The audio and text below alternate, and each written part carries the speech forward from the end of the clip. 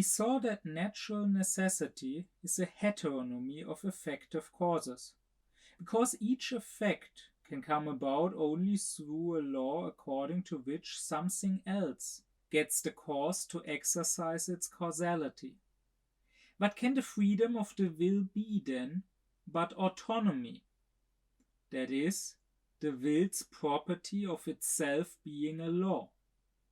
However, the proposition, the will itself is a law in all its actions, only expresses the principle, act only on a maxim that can also have itself as a universal law for its object. And this is just the formula of the categorical imperative, and is the principle of morality.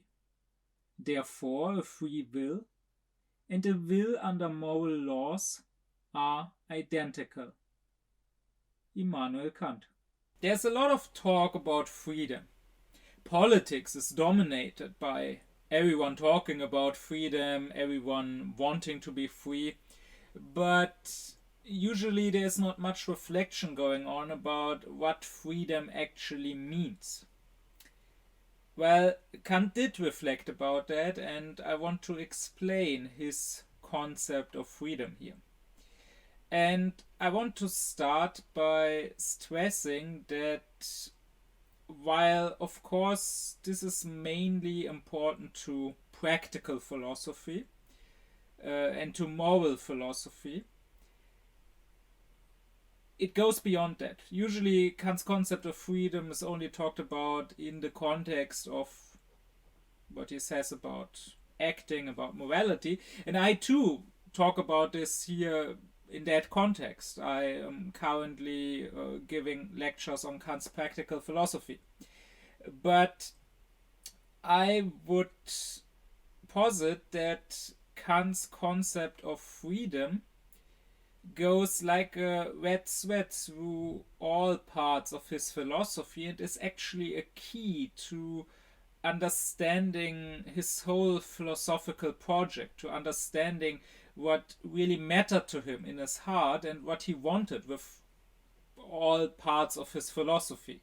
And I find it unfortunate that this isn't stressed more usually, that when Kant is talked about as a whole, or when other parts of Kant's thinking are talked about, other parts than his moral philosophy, his concept of freedom is not stressed so much.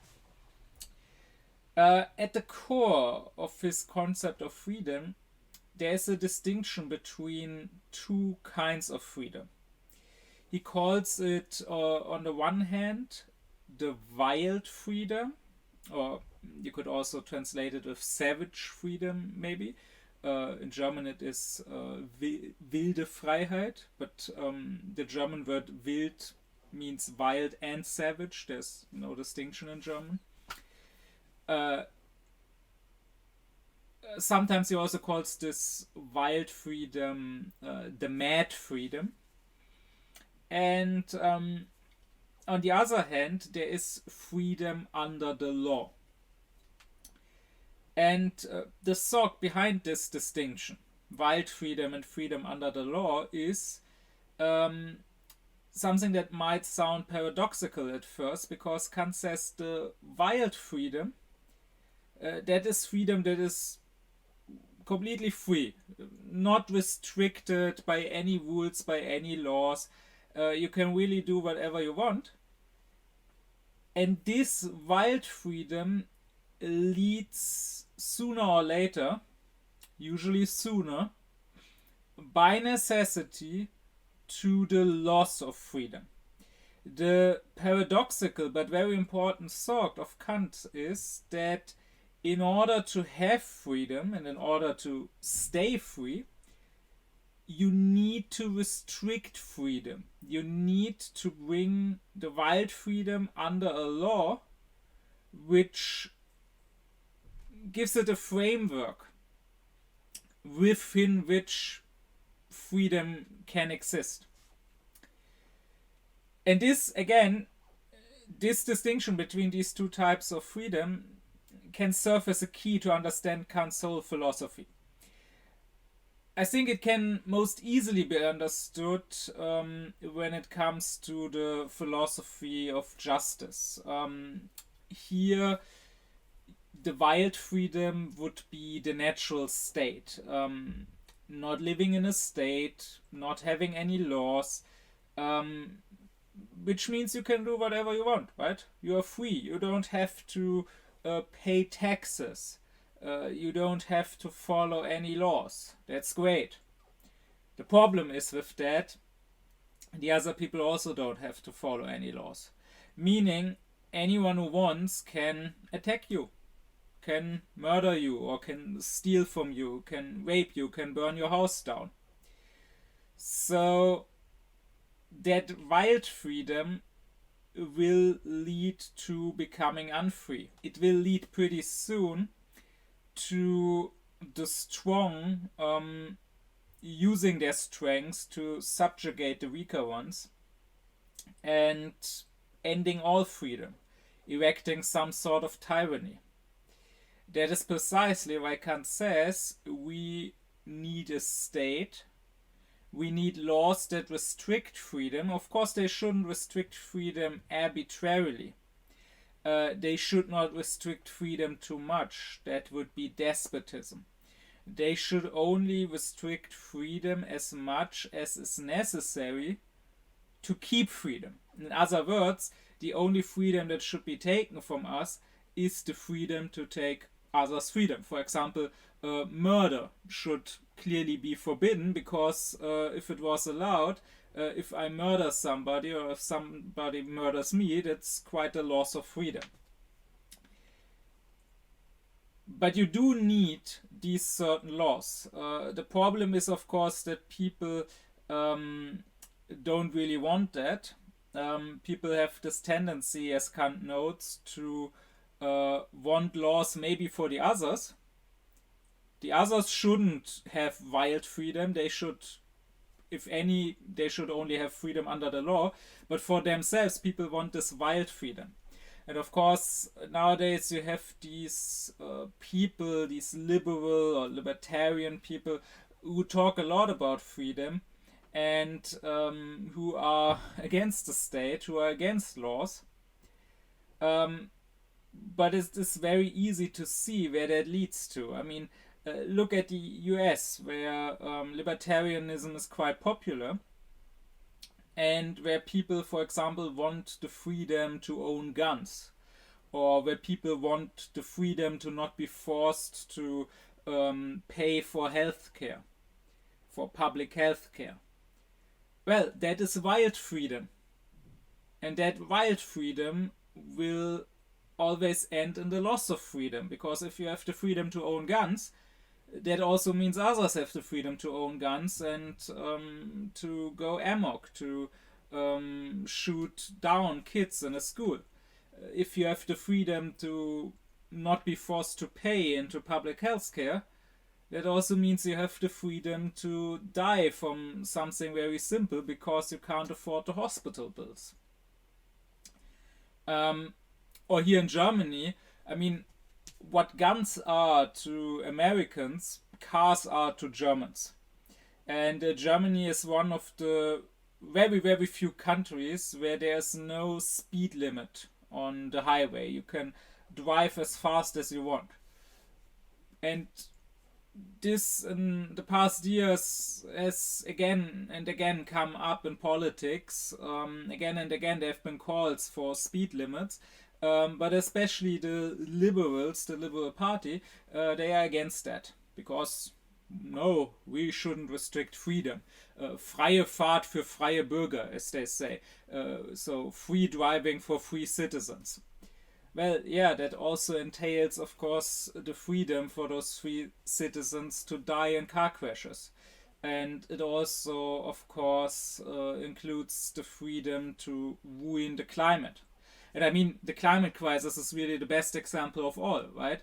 We insist on the freedom to fly, to drive around in our cars, to consume, to eat meat. And that freedom will lead pretty soon, I mean it's already doing that, to loss of freedom, to droughts, to breakdown of our economy and civilization, to wars, to refugees and so on. But this distinction between the two types of freedom is not just important for the philosophy of justice.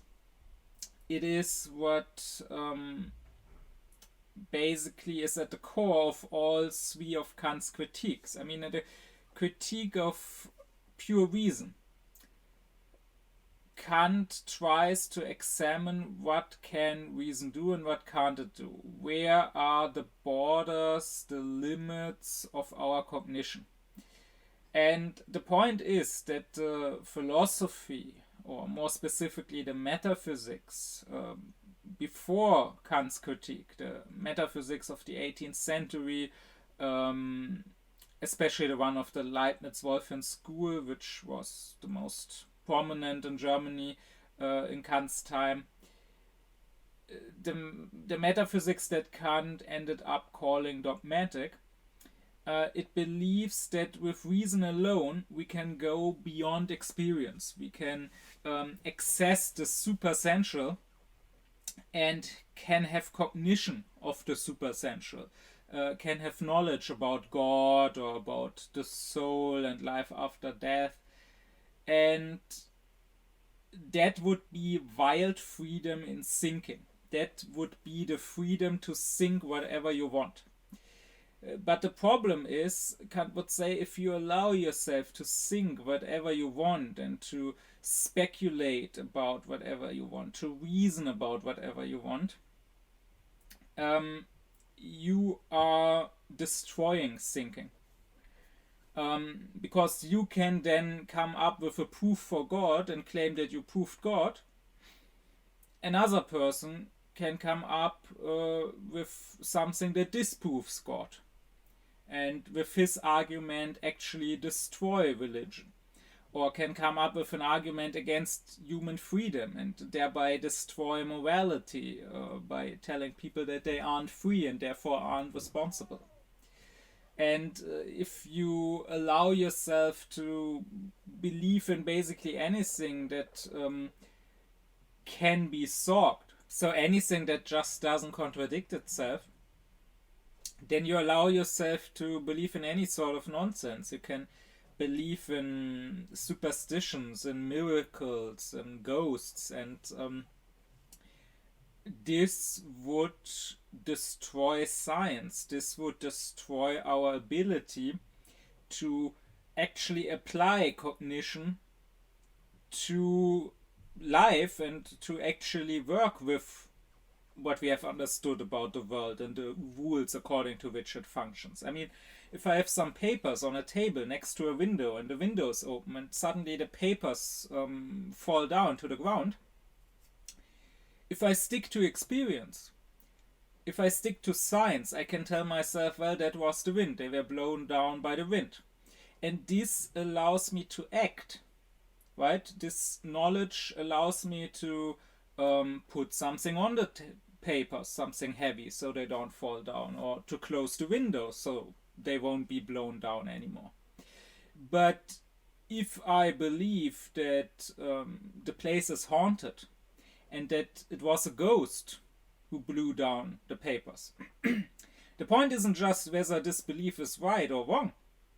Even if we assume it is right, we cannot do anything with it, right? If it was a ghost and not the wind, closing the window won't help. That won't prevent the papers from being blown down again. So this destroys my freedom to act.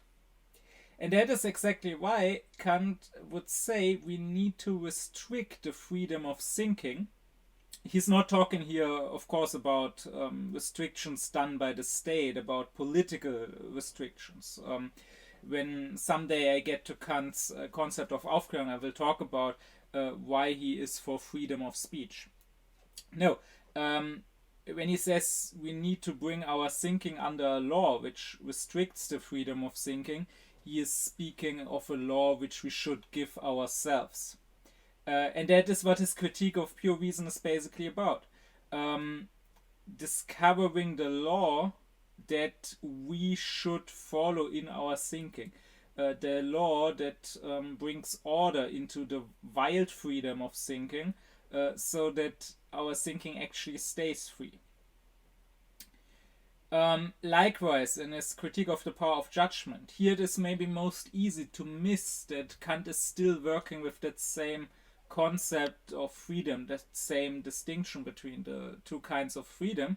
But I talked about this in my lecture on what is genius and what is a genius artist. In those two lectures, I talked about how to Kant, genius is about originality, not just imitating the art of others, but producing something completely new.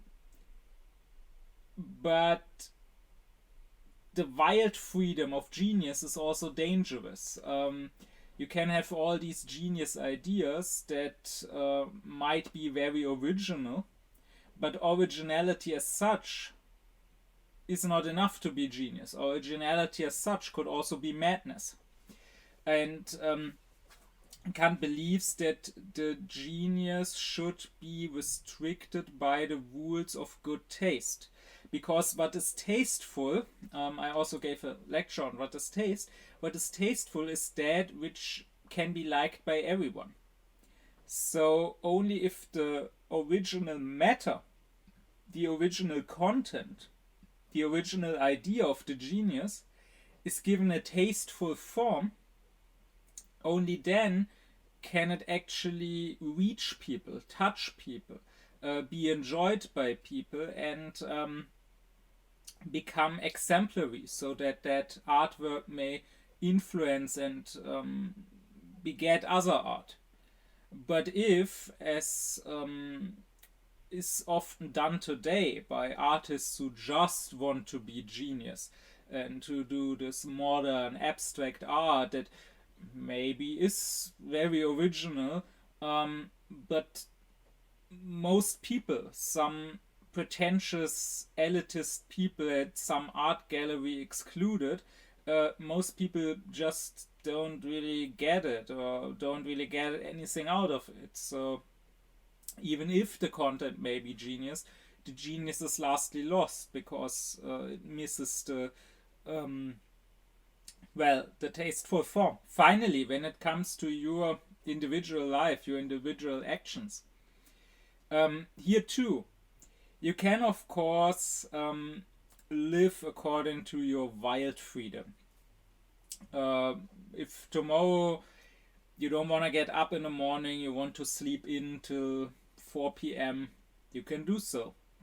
If you want to stuff yourself with unhealthy food, with fat things, with sweet things, you can do so. If you want to take any number of drugs, you can do so. If you want to always openly tell everyone what you think of them, you can do so. If on the street you see a woman you find hot, you can approach her and you can harass her.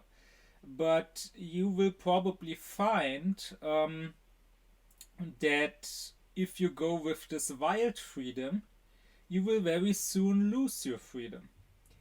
You will lose your job and not make money anymore to pay your rent.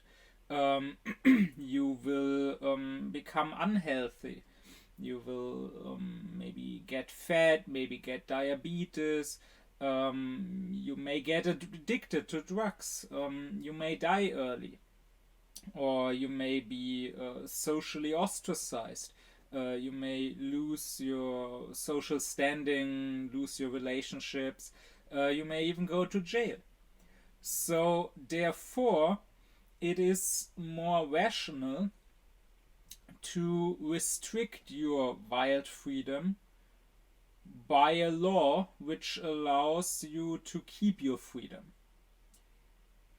And this is what all of Kant's thinking is about. I already said in the lecture on what is wisdom to Kant, that to him the philosopher, in not the school sense, not the metaphysician, but the philosopher in the world sense, so the sage, the wise person.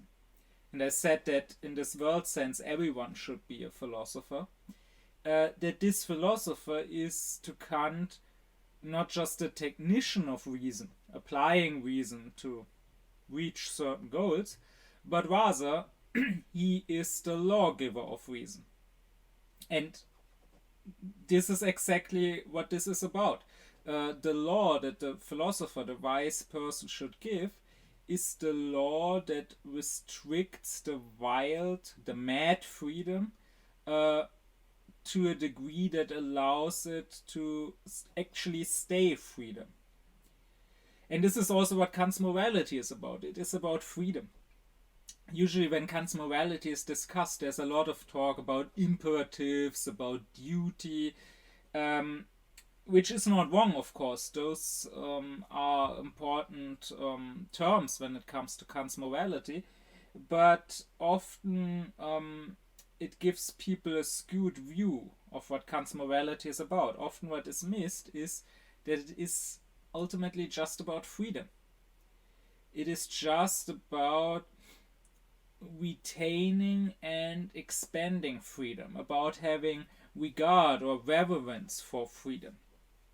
When you do something immoral, when you murder somebody out of hate, or when you rape somebody out of lust, you are taking that person's freedom away, and really you are also taking your own freedom away, because you allow yourself to, like some wild animal, be ruled by sensual drives instead of ruling yourself through your reason, instead of reflecting about what actually would be good, what you actually should do. And so really these actions to Kant, they are not evil because they cause harm, they cause pain to your victim. That is really not the point to Kant, but rather they are evil because they take away the freedom both of the victim but also actually of the perpetrator. So this is what Kant's moral philosophy is about in general. It is about freedom. Now, in my lecture on the faculty of desiring and choice and the will, I talked about how this faculty of desiring to Kant, on the one hand, it includes our faculty of choice. And choice is the faculty which, lets us choose specific actions, lets us choose between A and B. But this choice has to have some driving spring, which drives it to choose between A and B. Choice is not specific to humans. Animals too have choice. But in animals, the choice is driven by a drive. So they are not free in their choice. It's their drives, it's their instincts which make them choose whatever they choose. And I explained that humans too have drives. They have sensual choice, so their sensuality can influence their choice. But I explained that their choice can also be determined by their reason. And practical reason is the will. The will and its motives can determine the choices we make. And that would then be a rational choice, if we have thought about what we are actually doing. And this means that the will, or once again practical reason, gives certain principles to the choice that determine our actions, and these are the imperatives that I discussed in the previous lecture, where I explained that to Kant there are three kinds of imperatives. There are the hypothetical imperatives, which are either imperatives of skill or of prudence. either dealing with reaching whatever goal we may have, or dealing with reaching the goal of happiness, or they are categorical imperatives, which are moral imperatives, which tell us not just how to reach a goal we might have or we actually have, but which tell us what our goal should be.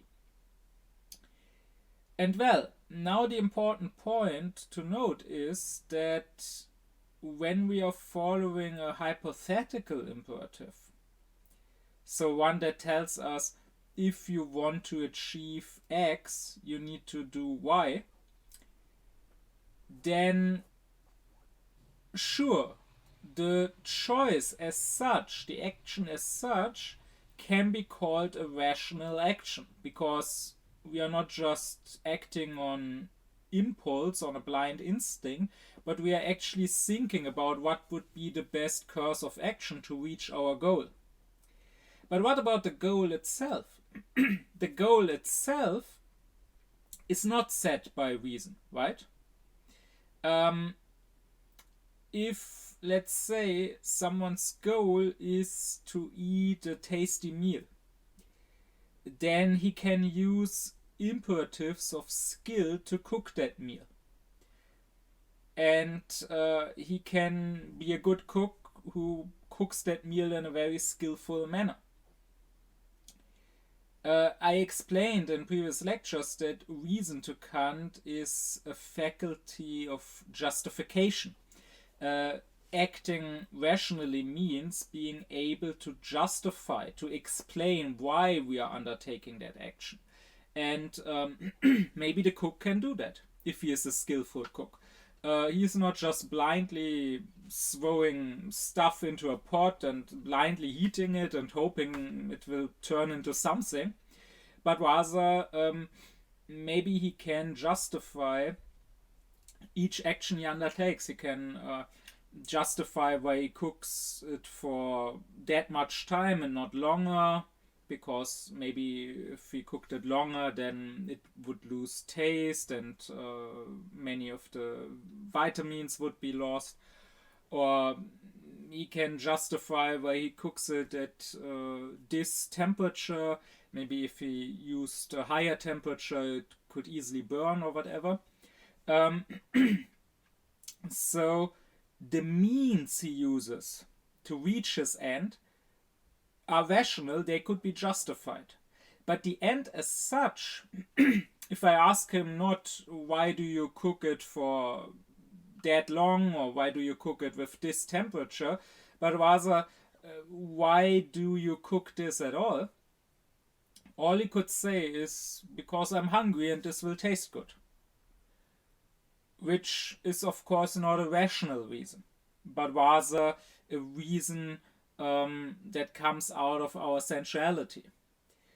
And likewise, if someone is feeling lust and there's a woman he finds hot, let's say in a club or something, of course he can flirt with her in a very prudent manner. And again, the specific action he undertakes would therefore be rational actions. They would not be aimless, but rather he would actually be thinking about what he's doing.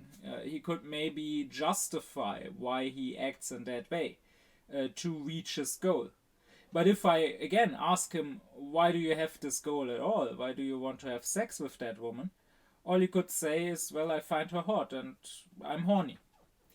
So here, when it comes to hypothetical imperatives, the goals are not rational goals, which doesn't mean that they are anti-rational.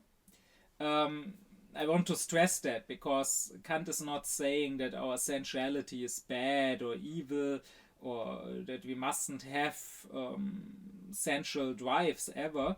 He is against what he calls the virtue of monks. He is against complete asceticism. That's not his point. But still, even if they are not anti-rational, those goals are certainly not rational goals, even if our way of reaching the goals might be rational. And that means that while we do use reason here, reason is, as Kant calls it, heteronomous. So if you translate that from the Greek, heteronomy, hetero is always the different, the strange, right? The other, so heterosexual, if you are into the other sex and not into your own. And nomos is the law. So that means that reason, when it is heteronomous reason, is under a law which, so to say, comes from the outside, which reason has not given itself. Because I might think about how to cook my meal, or I might think about how to flirt with this woman, and I might conduct myself in a rational manner here, and I might rationally choose what to do here, but I haven't rationally chosen to be hungry at all, or to be horny at all. And also I haven't even rationally chosen to be hungry for this specific thing, like to have this taste, to, I don't know, enjoy sweet things more than bitter things or whatever. Or likewise, I haven't rationally chosen to have this specific sexuality, to be turned on by these things, to, for example, be straight and not gay. This is also exactly why, as I mentioned in the previous lecture, the technical, practical imperatives to Kant are not practical in the true sense of the word. Because, again, reason is not setting the goal, the purpose of our action here. So the actual practical element, the purpose, is set by sensuality, and reason is only serving our sensuality as an instrument and helping us to reach that goal which reason, has not given us. Now, if you look back to my lecture on the foundation of morality, where I explained that according to Kant, there are only really 4 moral principles, apart from his would be the 5th. All morality is usually either founded on empiricism or rationalism, and in both cases there is an inner empiricism or inner rationalism, and there's an outer empiricism and outer rationalism. And if you go back to that lecture, and if you reflect on those 4 types of morality again, you will find that in all of them our reason is heteronomous. Meaning, in all of them, we are really following hypothetical imperatives.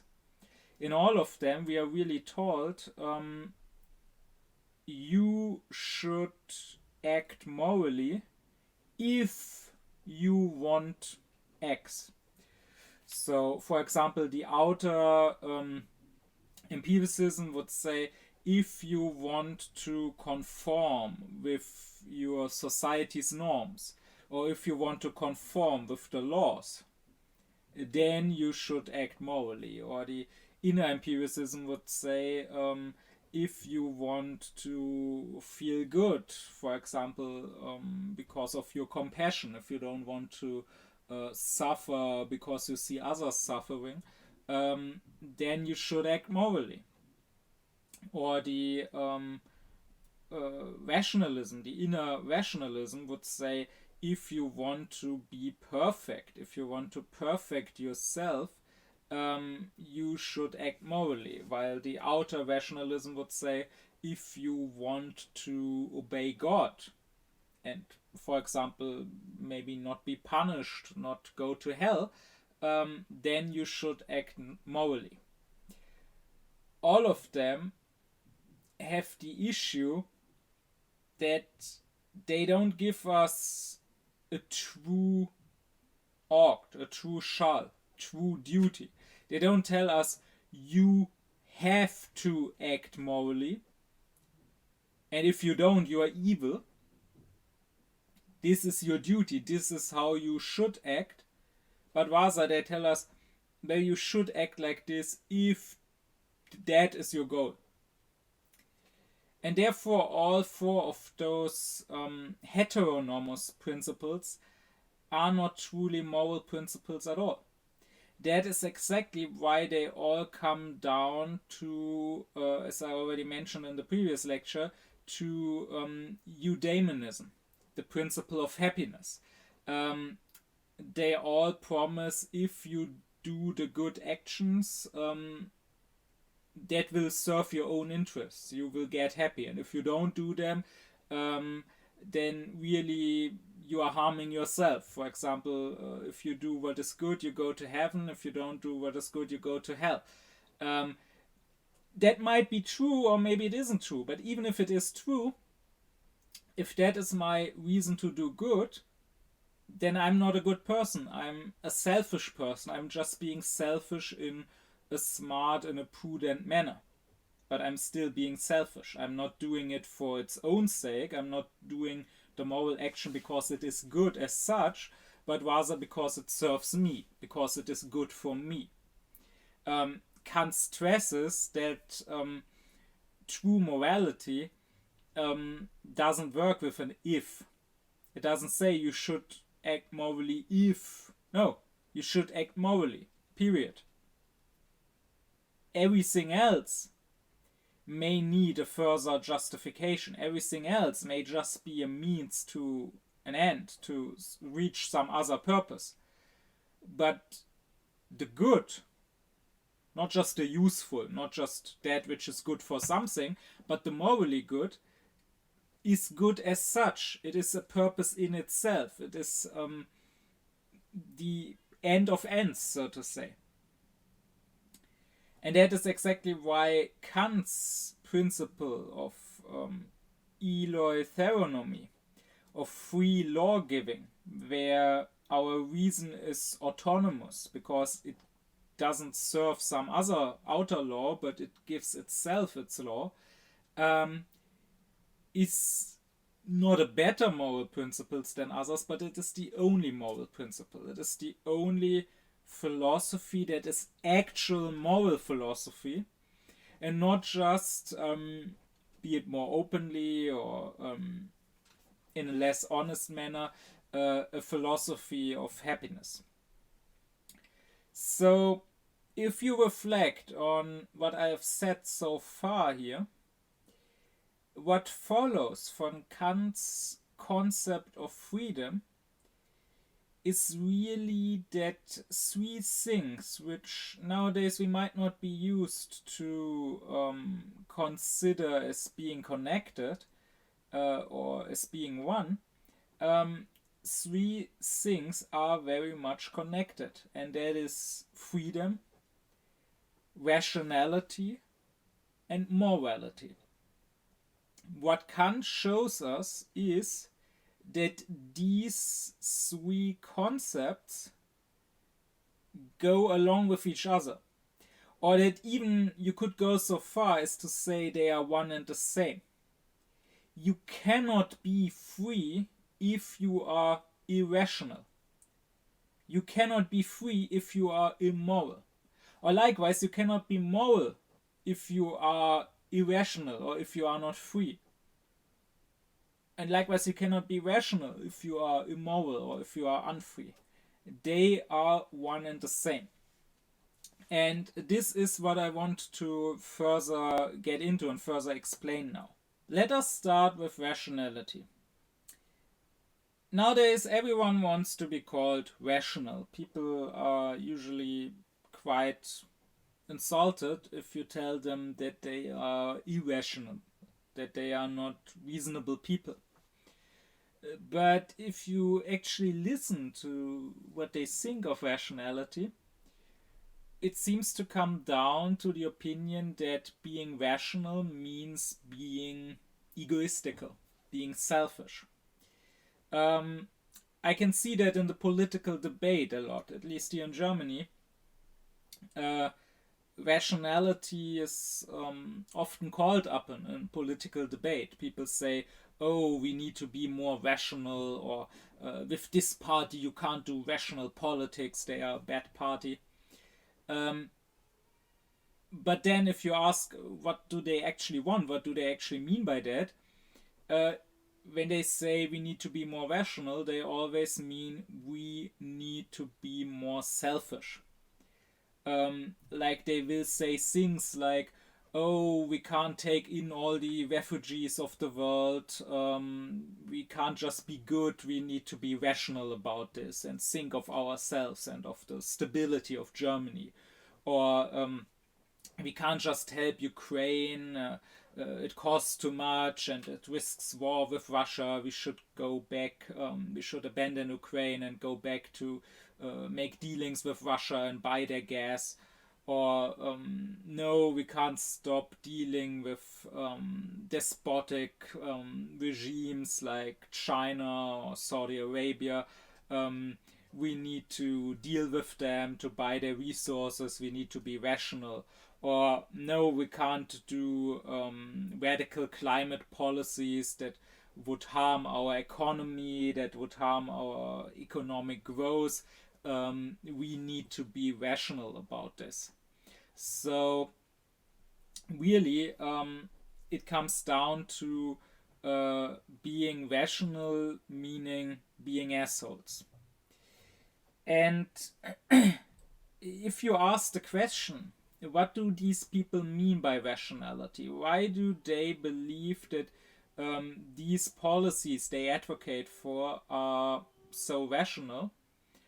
Then the answer is clearly because they believe that these policies are best for us. So, in my case, best for Germany.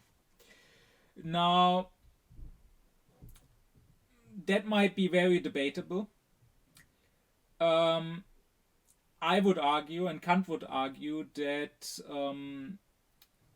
happiness and morality are not so much at odds as people usually think. I already mentioned that in previous lectures, that while, yes, Kant rejects eudaemonism as the leading principle of action and of morality, while he insists on heteronomy as the principle, he doesn't reject happiness as such. He believes that usually the moral action will also be the most prudent action, will be the action that leads to happiness. And I mean, we can see that with these political issues. It is really not smart to deal with despotic regimes and to depend on the resources they give us.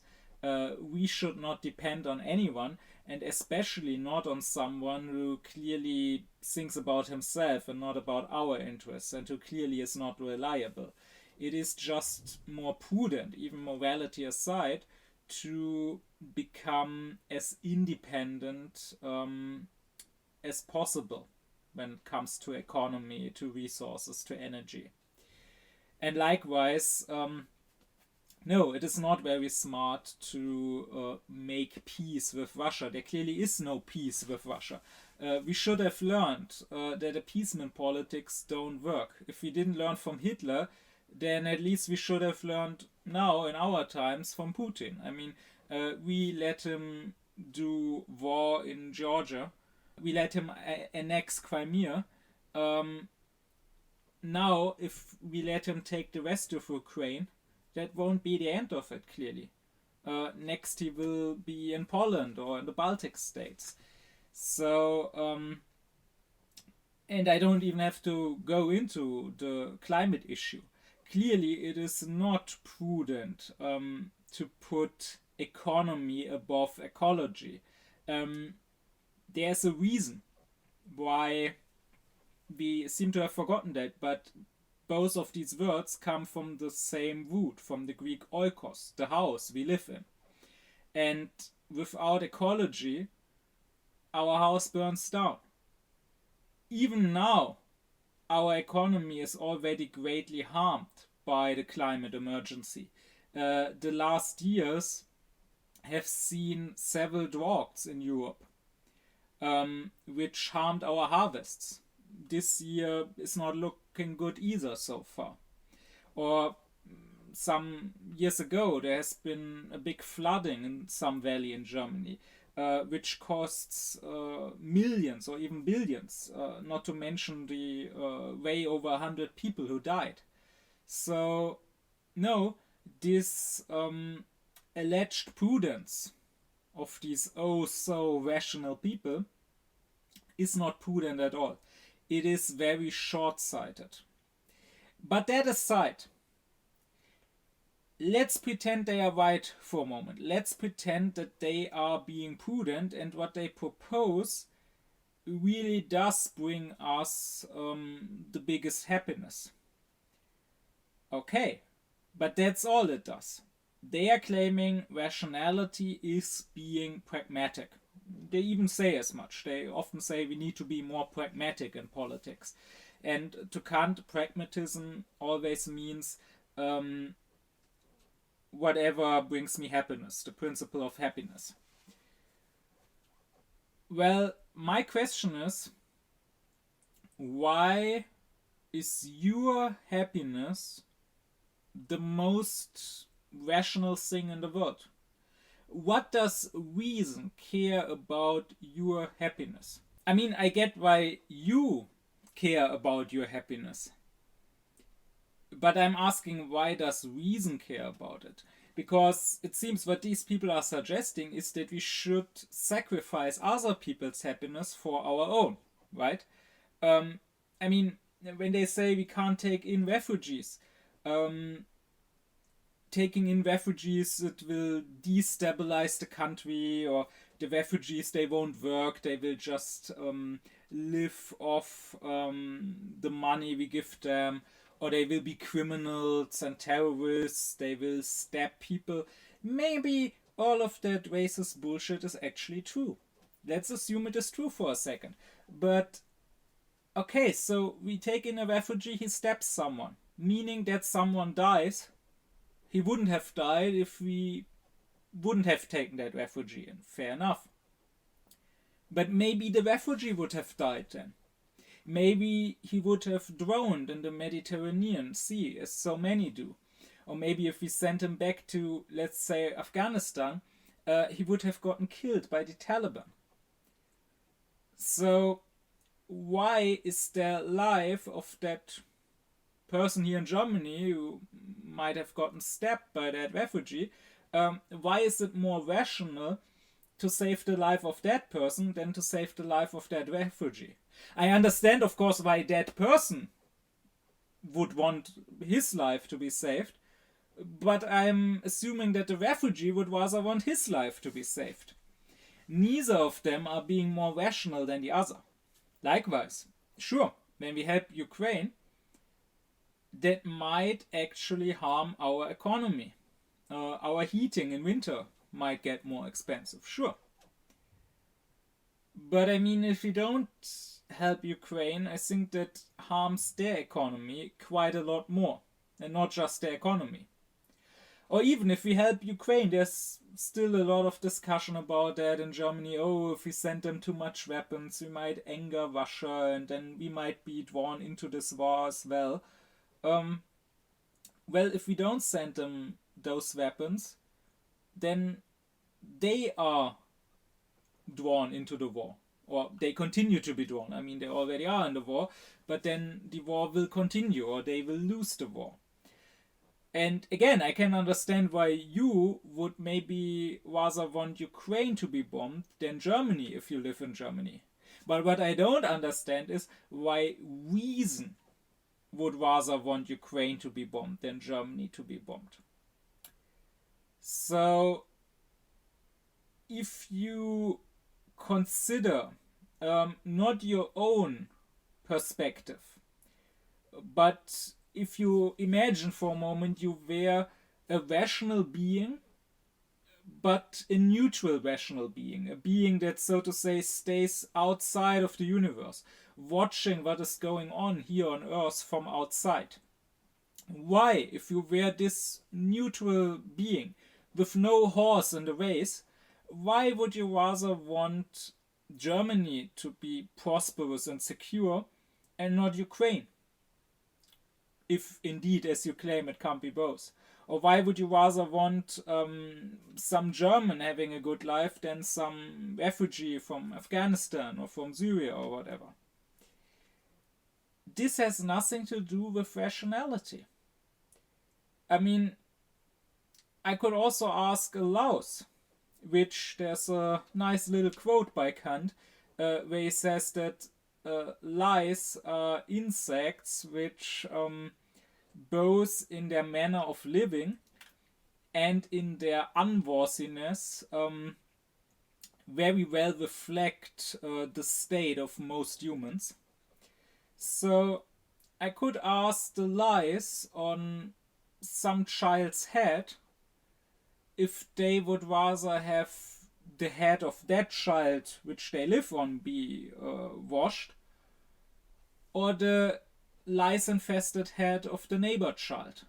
Of course they would say, wash that other head. But would that be rational? That selfishness of the lice?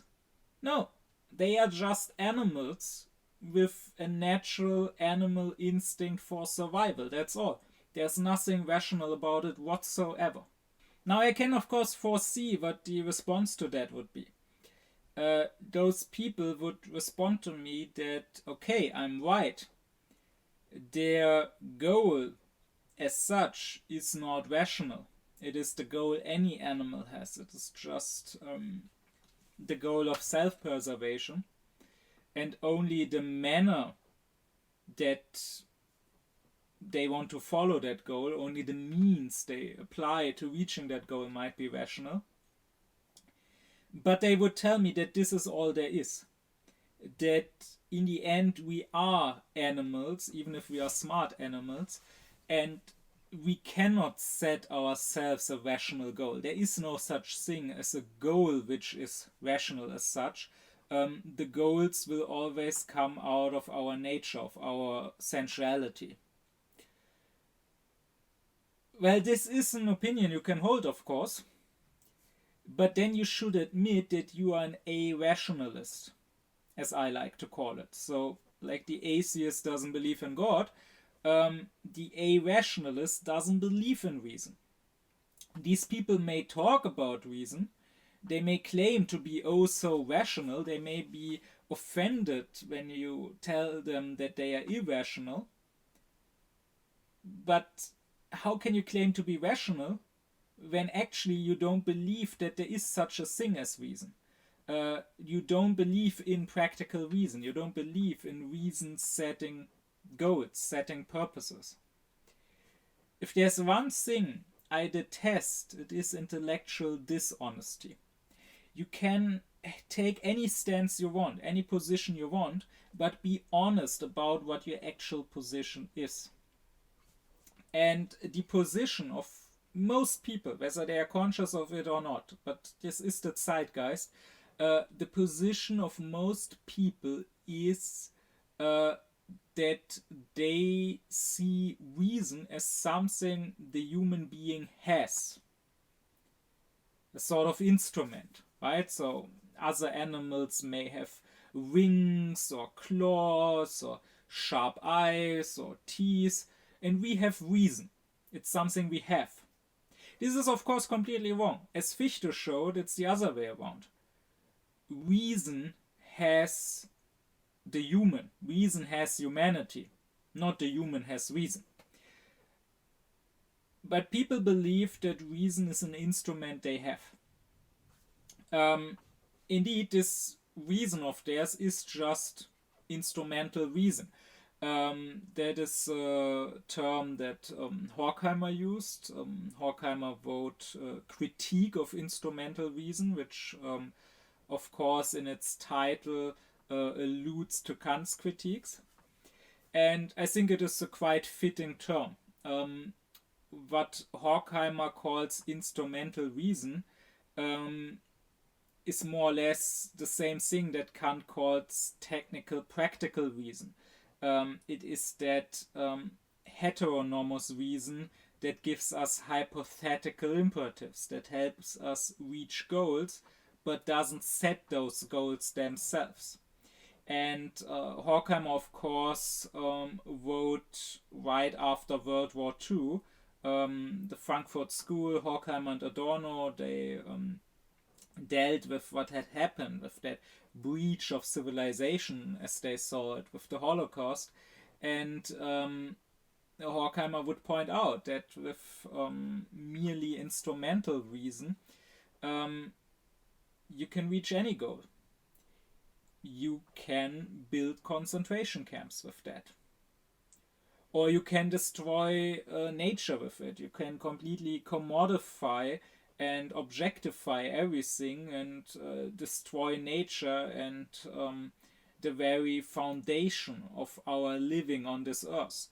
Even to a degree which, not just to Kant, who of course lived way earlier, but even to Horkheimer, who didn't live so long ago, but even to him it would probably not have been imaginable just to what degree we are nowadays destroying this earth we live on. Kant himself already uses a similar term.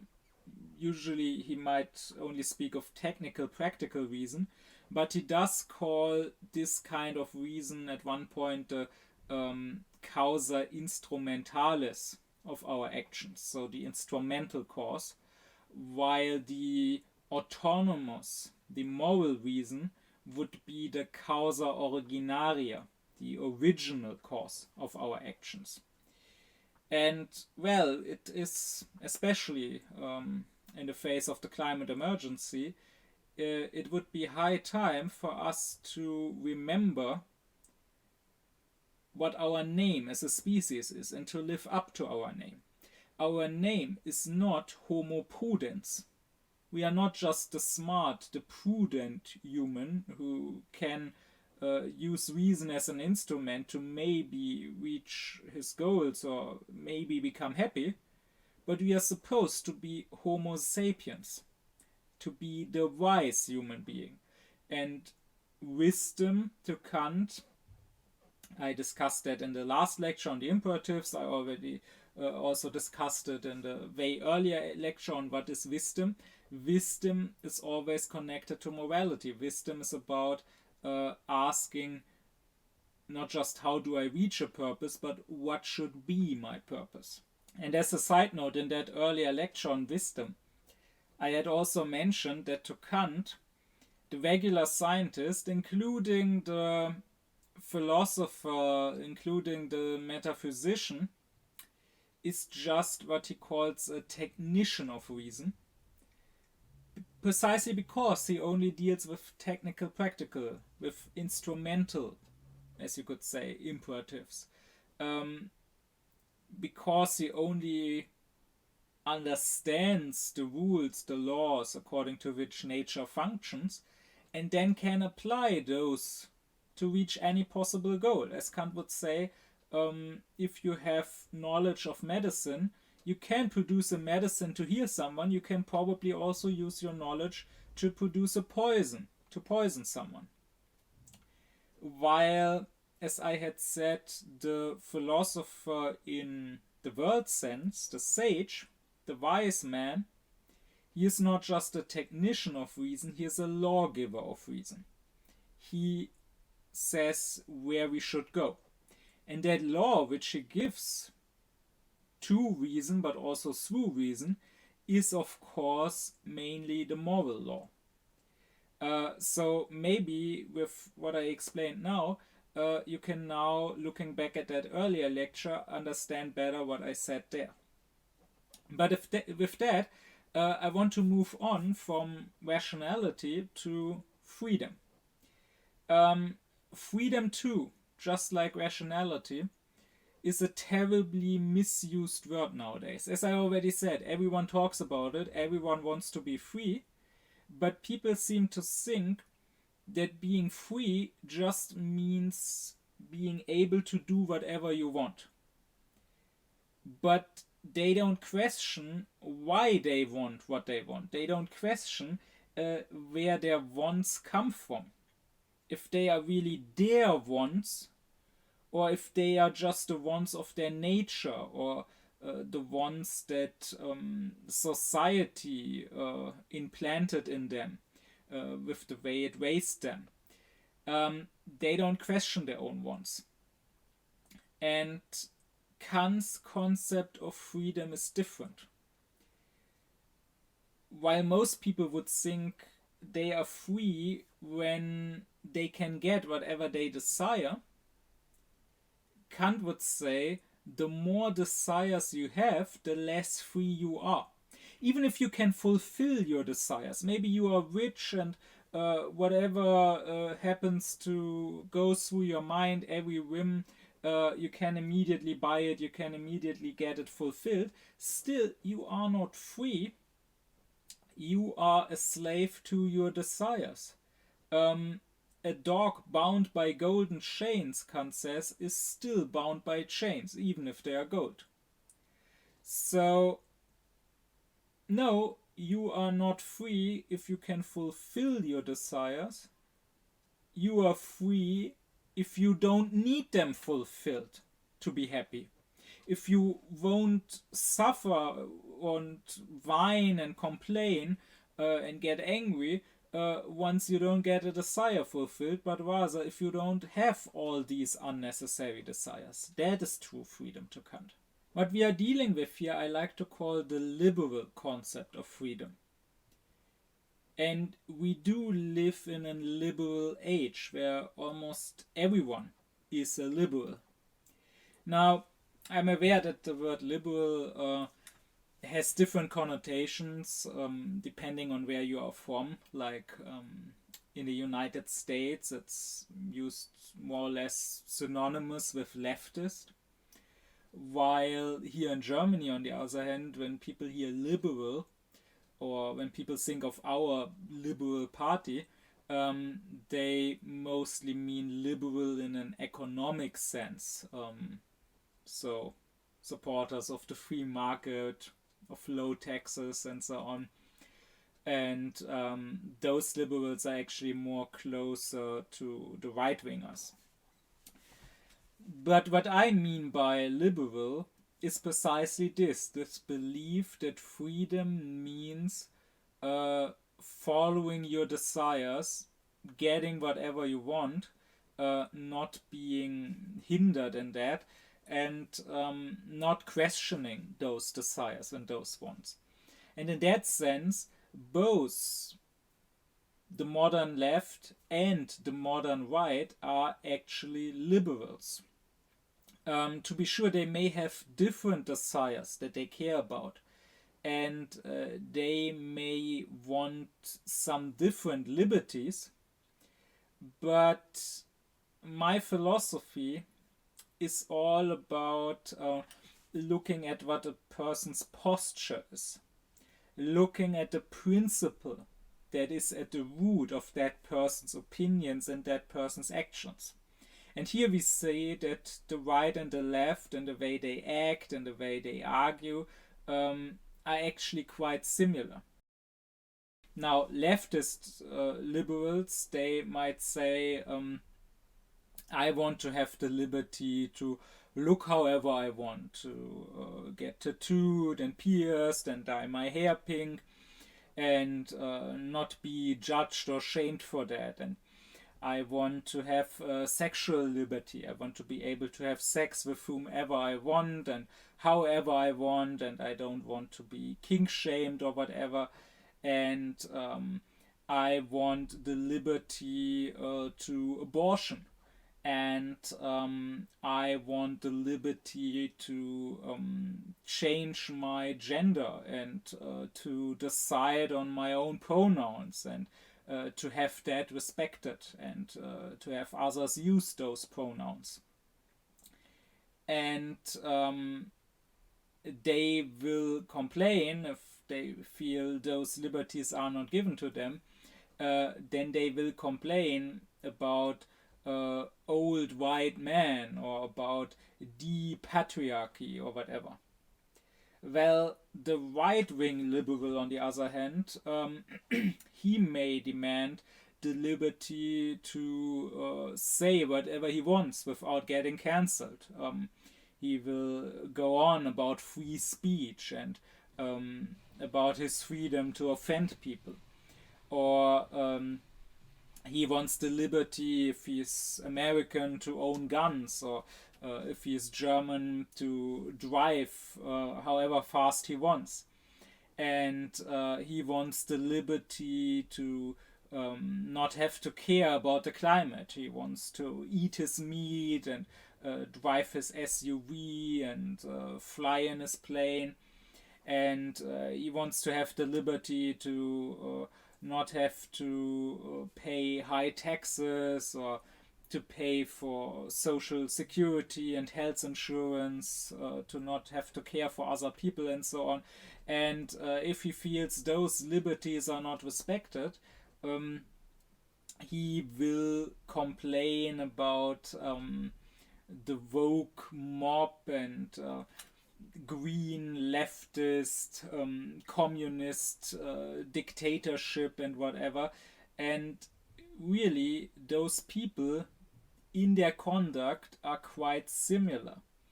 In both cases, they are not willing to ever question themselves or to ever have themselves be questioned. Like, if you just try to have an open debate with them, if you just ask them, okay, you have these desires, but do you really think these desires are good? Like, right-winger, do you really think you need to fly? Or you need to drive your car? Or do you really think you need to eat meat? Is it not possible that you just got fed meat since you were a little child and you just got used to it and never questioned whether that is good, whether good to the animals or good to the environment or whatever? Or left-winger, do you really need to change your gender? Or do you really need to be addressed by some new made-up pronouns that never before existed in your language? Do you really need to be triggered when someone just uses normal, regular pronouns when talking about you? Or is it maybe that you are too sensitive, or that this is just a symptom of some mental health issues? When you just want to openly ask those questions, no matter what the result of that debate might be, I mean, maybe those people are in the right, but they are not willing to even have that debate. They will just get triggered, because even if you just ask the question, they will feel like you are taking their liberty away. They will feel that the mere question is already an attack. The mere question already expresses your desire to restrict their freedom. And that too, those liberals, whether they are on the left or on the right, are quite similar to each other. They hate what is at the core of Aufklärung, and that is self-reflection, questioning yourself, being willing to not just accept the way you are and accept your own desires at face value and just be ruled by them, but rather questioning whether this is rational, whether this is good.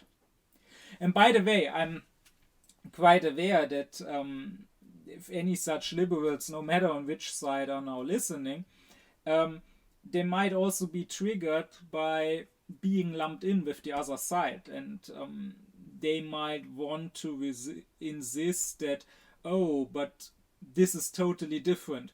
Their liberties are completely different.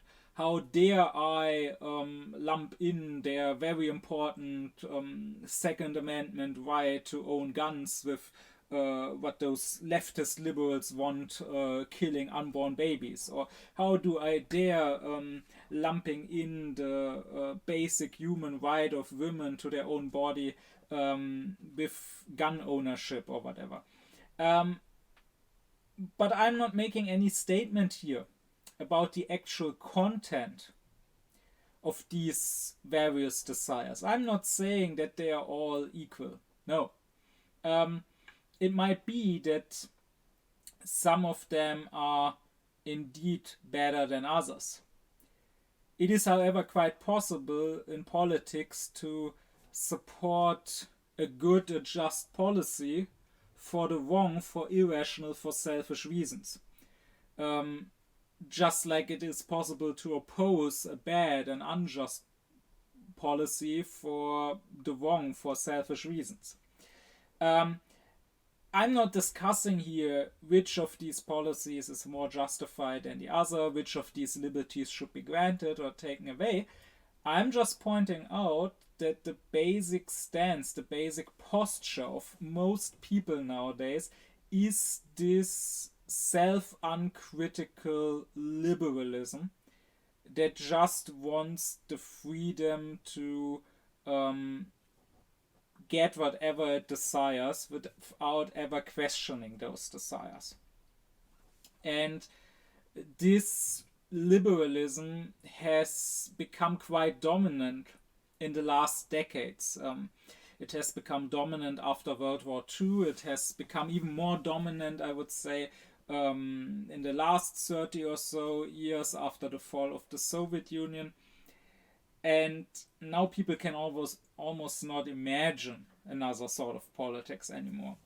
And at least here in Germany, this has completely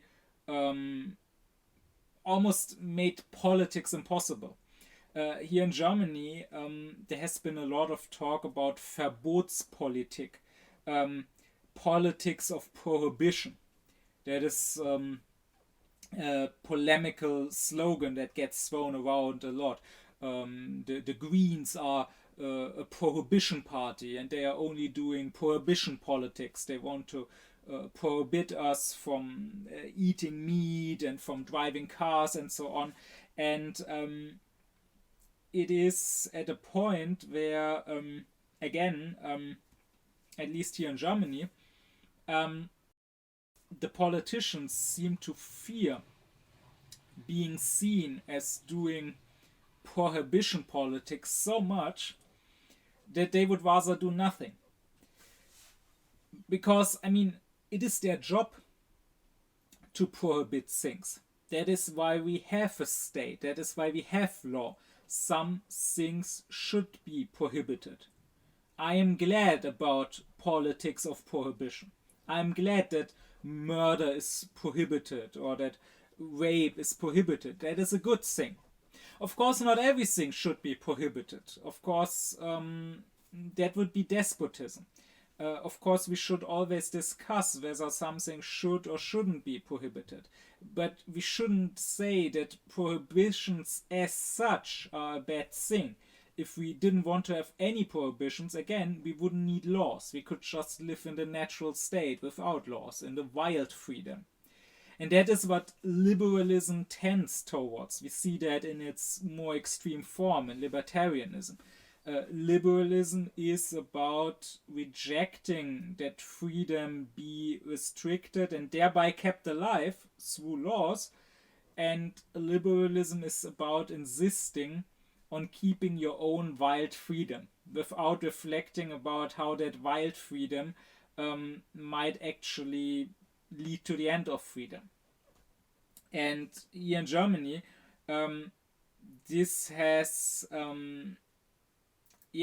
infected politics so much that even in matters that should not be that controversial, and even in matters where majority actually supports a ban, politicians still don't dare to do it. Like the thing with the speeding limit is that for years now, the majority of Germans in polls has actually supported speeding limits, and still the politicians just won't impose them. And also, a very recent example, fireworks. Here in Germany, you are allowed to shoot fireworks on New Year's, and this causes so much damage. everything is full of garbage afterwards. People get hurt or even killed.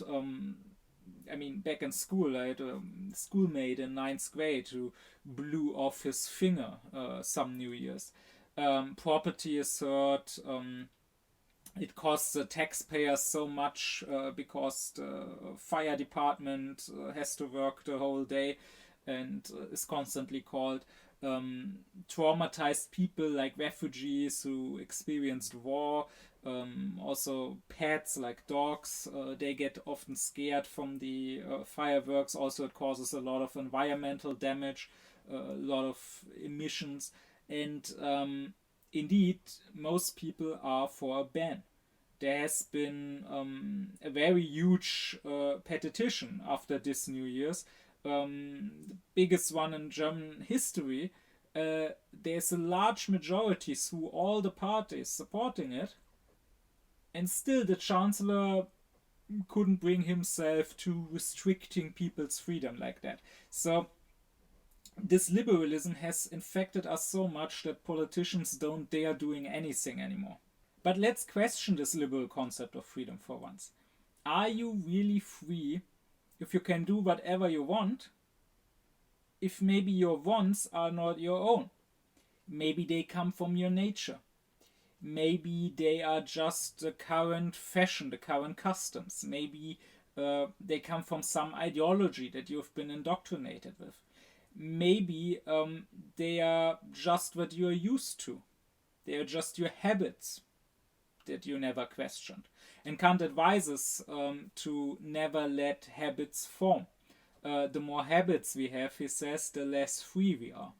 And this goes even for good habits. He would stress that you should not do moral actions out of habit. They lose any worth they might have if they are not done because you reflected about them and understood that they are good and decided to do them, but rather because they are just a habit. And also, a habit can be broken. Like if you do good only out of habit, let's say you have the habit of always giving a bit of your money, always donating a bit of money, and you just never think of it. And now you are in a little more tight situation economically, so you stop donating. Now, if you are actually a good person, you might think about what else you can do besides donating if you don't have the money to donate anymore. You might go now to help in a soup kitchen in your free time or something. But if you just follow the habit, then you won't replace that action with anything else. So we should question why we do something, where our wants come from. This, what I call the liberal freedom, Kant, in a famous passage of his critique of practical reason, calls it the freedom of a turnspit. So in his day there were already machines. When you wanted to spit roast some meat, you didn't have to stand by it and turn it yourself, but rather there was some mechanism that you just had to turn on, and then that machine would turn on its own. But would we therefore claim that this turnspit is free? Of course not, because while the individual turn may be free, it was not turned by some human standing beside it and turning it, the fact that it turns at all is not done out of freedom. It just follows this mechanism, and this mechanism was started by a person. In another less famous passage, Kant also compares this freedom with the freedom of a clock. It's the same thing. There's a mechanism, and of course now when the arm of the clock moves, it's not like I pushed it. It's not like I forced it to move. It moves on its own. But it moves on its own because of a mechanism, because it was started by someone. So it's not really free. And this is what we can use for any other sort of automaton or mechanism. This analogy would apply to all of them. You could also think of a robot, of an AI that was programmed to work in a certain way. And now, of course, the individual actions it undertakes are not directly determined by anybody, but they are still not free actions if it just follows its programming. Fichte uses another image. Fichte says, imagine a tree and imagine that tree somehow gaining consciousness. But not freedom, just consciousness. Now, if you let the tree grow, it would have grown anyways, right? Even without having consciousness.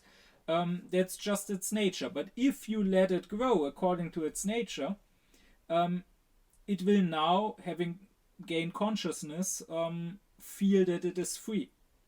While if you cut away the branches and the twigs of the tree and don't let it grow freely, it may now feel unfree.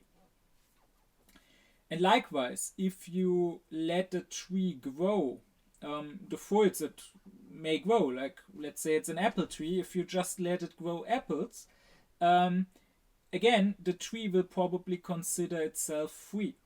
But now if you graft some other fruits of some other plant onto that tree, just like when you prune that tree, it will now feel unfree.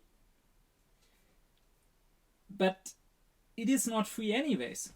It is a tree, it follows its nature. Just because it gained consciousness doesn't mean it gained freedom.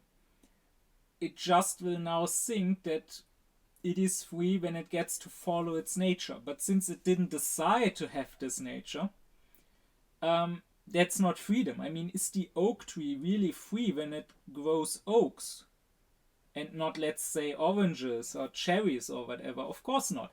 It didn't decide to be an oak tree. It didn't decide to grow oaks.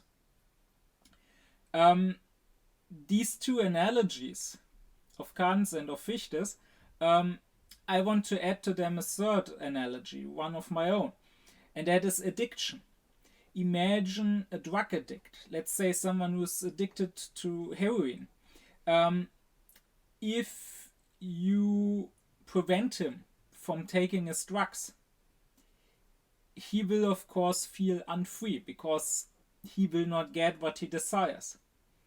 While if you let him have his drugs, if he gets another shoot of heroin, he may feel that he is free now. He gets what he desires. But is it him who desires this drug? No, it's his addiction which desires it. And he is not free by getting this drug that his addiction makes him want. Rather, he would be free if he were to be cured of his addiction, if he would stop wanting and needing that drug. That would be true freedom for him. Sure, subjectively, so in the way you feel yourself, you might be free when you just get what you desire, when you just get to do whatever feels pleasant to you. But objectively, actually, you are free when you are not ruled by whatever feels pleasant to you, but rather when you can do whatever you understand to be good. So when you can reflect about things, when you can reflect about your actions, when you can use reason and ask your own reasons, what would be good, what would be bad, and when you can follow those concepts of good and bad, good and evil that you have, then you are free, Kant says. And a lot of people either may reflect about what would be good, what would be bad, but they still don't act according to that insight. They still let themselves be ruled by mere sensual drives, Like, for example, someone, again, the drug addict, and we don't have to go with heroin, maybe let's take just someone who smokes. Maybe he says smoking is bad, smoking is unhealthy, I should stop smoking. Meaning he used his reason to ask what would be a good, what would be a bad action. In this case, it's not even about what is morally good. It's just about what is useful, what is prudent, what is pragmatically good, what leads me to lasting happiness, not just to momentary happiness because I get to smoke, but to lasting happiness because I'm healthy and have a long life. But still, despite this insight that this action, stopping to smoke, would be good, he still keeps smoking. Meaning he is not free. He is a slave of his drives.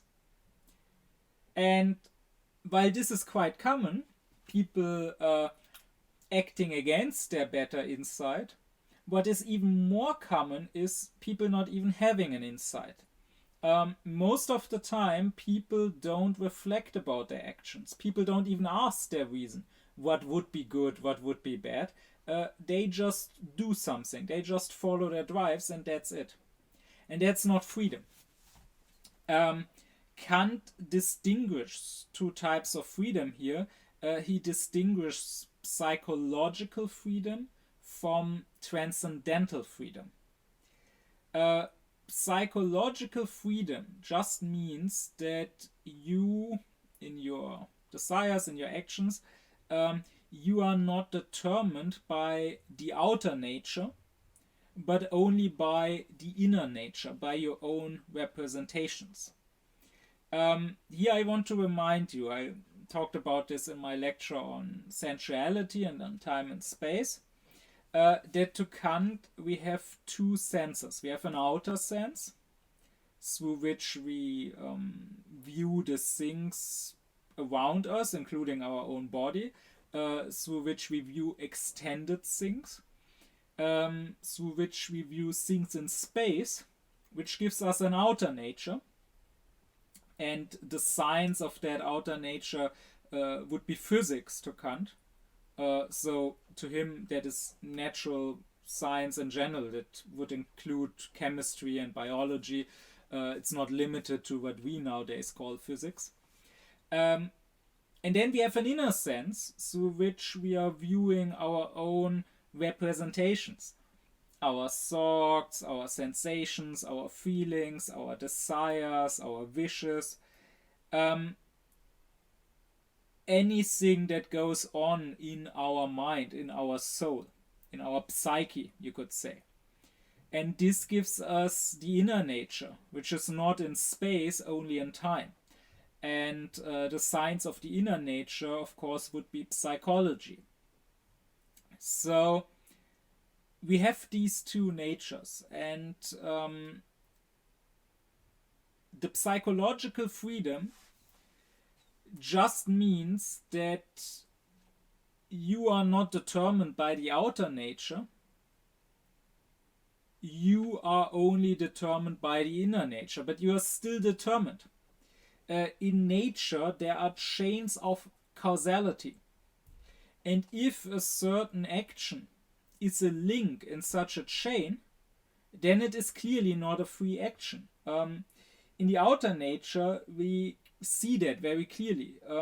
If you take domino, if you take pieces of domino, and now you turn over the first piece, and it falls against the second, and the second falls against the third, and so on. We all understand that the pieces in this chain of domino pieces, that they are not free.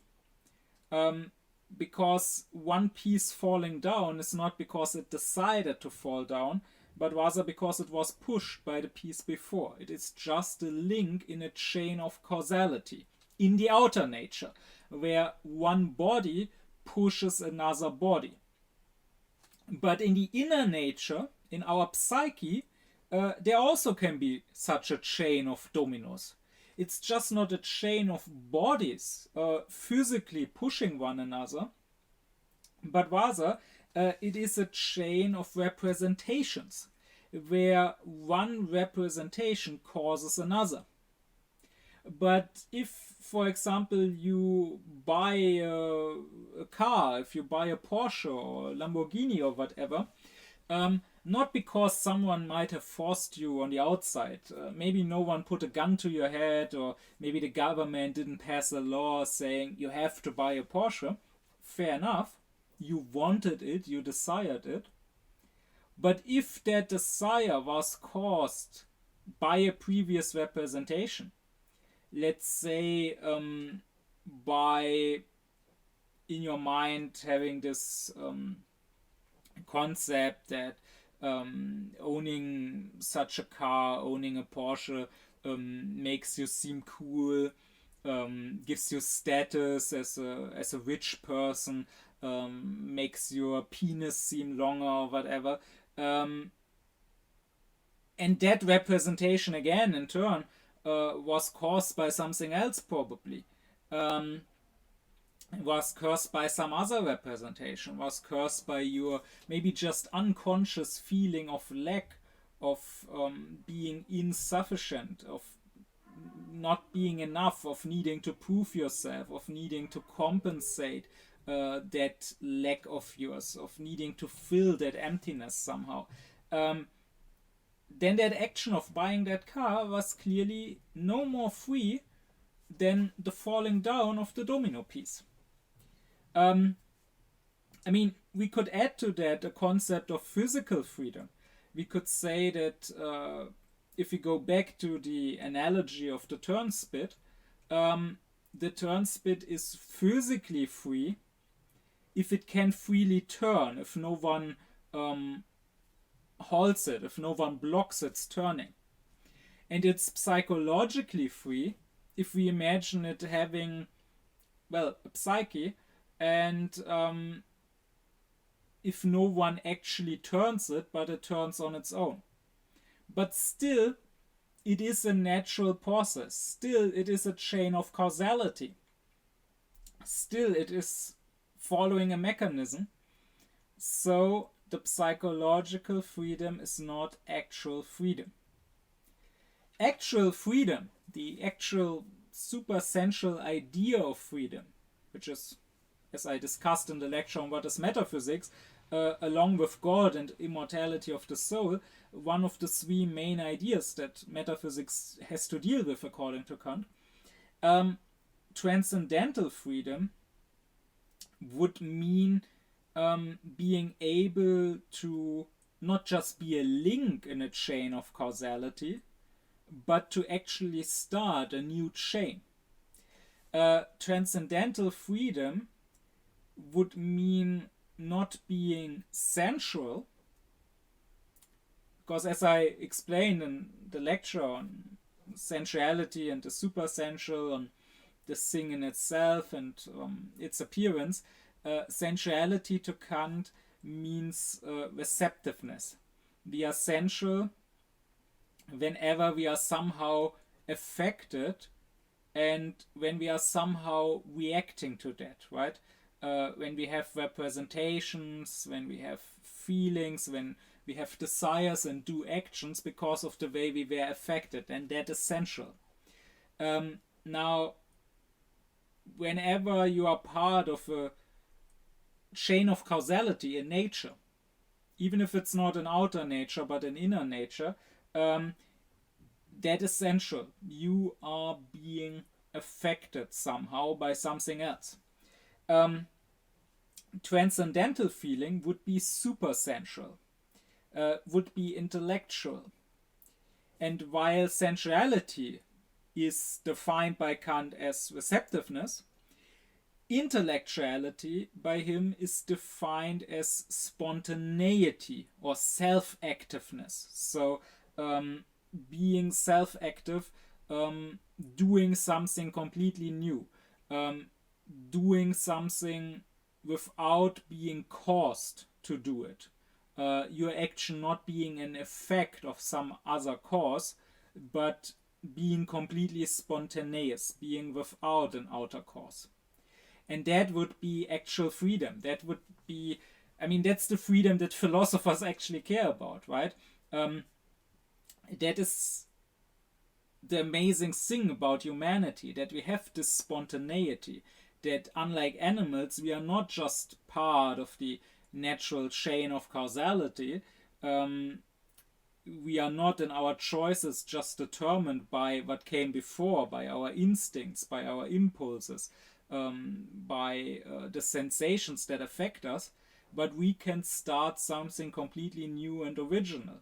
That is what Hannah Arendt, being influenced by Kant amongst others, cared so much about, what to her made, both thinking and acting, what to her is at the roots of true politics, the human ability to start something completely new. And that is the transcendental freedom, this spontaneity. But this transcendental freedom, to Kant, implies morality, because Kant would stress that nothing can be completely lawless. Nothing can be completely arbitrary and coincidental. And even if it was, then it would be worthless, right? So this spontaneous freedom, this starting a new chain of causality, I mean, all the links that come after my action in that chain, they are part of the natural causality again. They are caused directly or indirectly by my first action. But that first action as such, if it was just completely contingent and coincidental, it would be like a metaphysical, like a divine coin toss, whether I do A or B. That would be worthless. That would not be true freedom. So that means if everything needs to be determined by a law, but freedom in the transcendental sense means acting without being determined by a natural law, without being caused by a previous cause in nature, then it can only mean being determined by a law we gave ourselves. So here we are back at the autonomy I talked about before, right? And this law we give ourselves through our own reason can only be the moral law. The law that tells us not how we should act, but would be most skillful or most prudent to reach a certain goal that has been given to us by nature, because then again we would be part of the natural chain, right? We would be heteronomous, not autonomous. It can only be the law that tells us what we ought to do, period. What would be good, what would be evil. Now this leads me, after discussing the first two of these three connected concepts, rationality and freedom, this leads me to the third, to morality. Because to Kant, there's a difference between negative and positive freedom. Negative freedom, I already mentioned that in the lecture on the faculty of desiring and on choice and will. The negative freedom of our choice is that it is free from, that is free from sensuality, free from the sensual drives. Not free from them in the sense that it can just get rid of them. They will always be there. But free from them in the sense that it doesn't have to follow them, right? I said in that lecture, I can, of course, feel hunger. I can have that drive of hunger, but I can still decide whether I'm on a diet to lose some weight, or whether I'm fasting for reasons of faith, or whether I'm in a situation where there's little food and I see that it would be morally wrong to eat it all and not give to the other person that is stuck there with me, I can decide to act in a different manner and make the choice to not follow that natural drive. And that is my negative freedom. That I, unlike an animal, have a choice which has these central drives, but still have the choice to not follow them. But the positive freedom would be that instead I can determine myself. I can choose to, instead of following my central drives, to follow my intellectual motives. And that positive freedom is needed, or else we wouldn't have negative freedom. I mean, fine, I'm free from my central drives, but I have to act somehow, right? I have to make some choice. If I'm not choosing to follow my drives, then what else would I be following? If I didn't have positive freedom, then I would have no reason to ever go against my drives. So again, negative freedom means I don't have to follow my drives. Positive freedom means I can instead follow myself. I can follow the law I give myself through my own reason. So Kant defines positive freedom as the ability to act according to our own concepts of what is right and wrong. We can think about what would be right or wrong, and this is not just a merely theoretical opinion that doesn't influence us, or at least it doesn't have to be just that, but rather it can actually determine the choices we make. And by this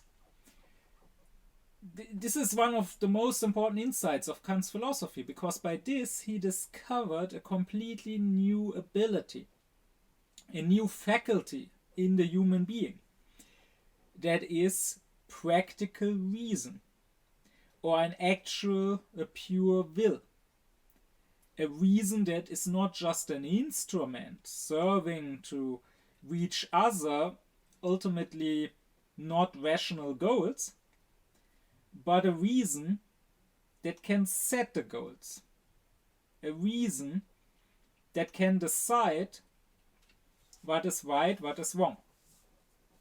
And this is why Kant says reason is constitutive for our acting.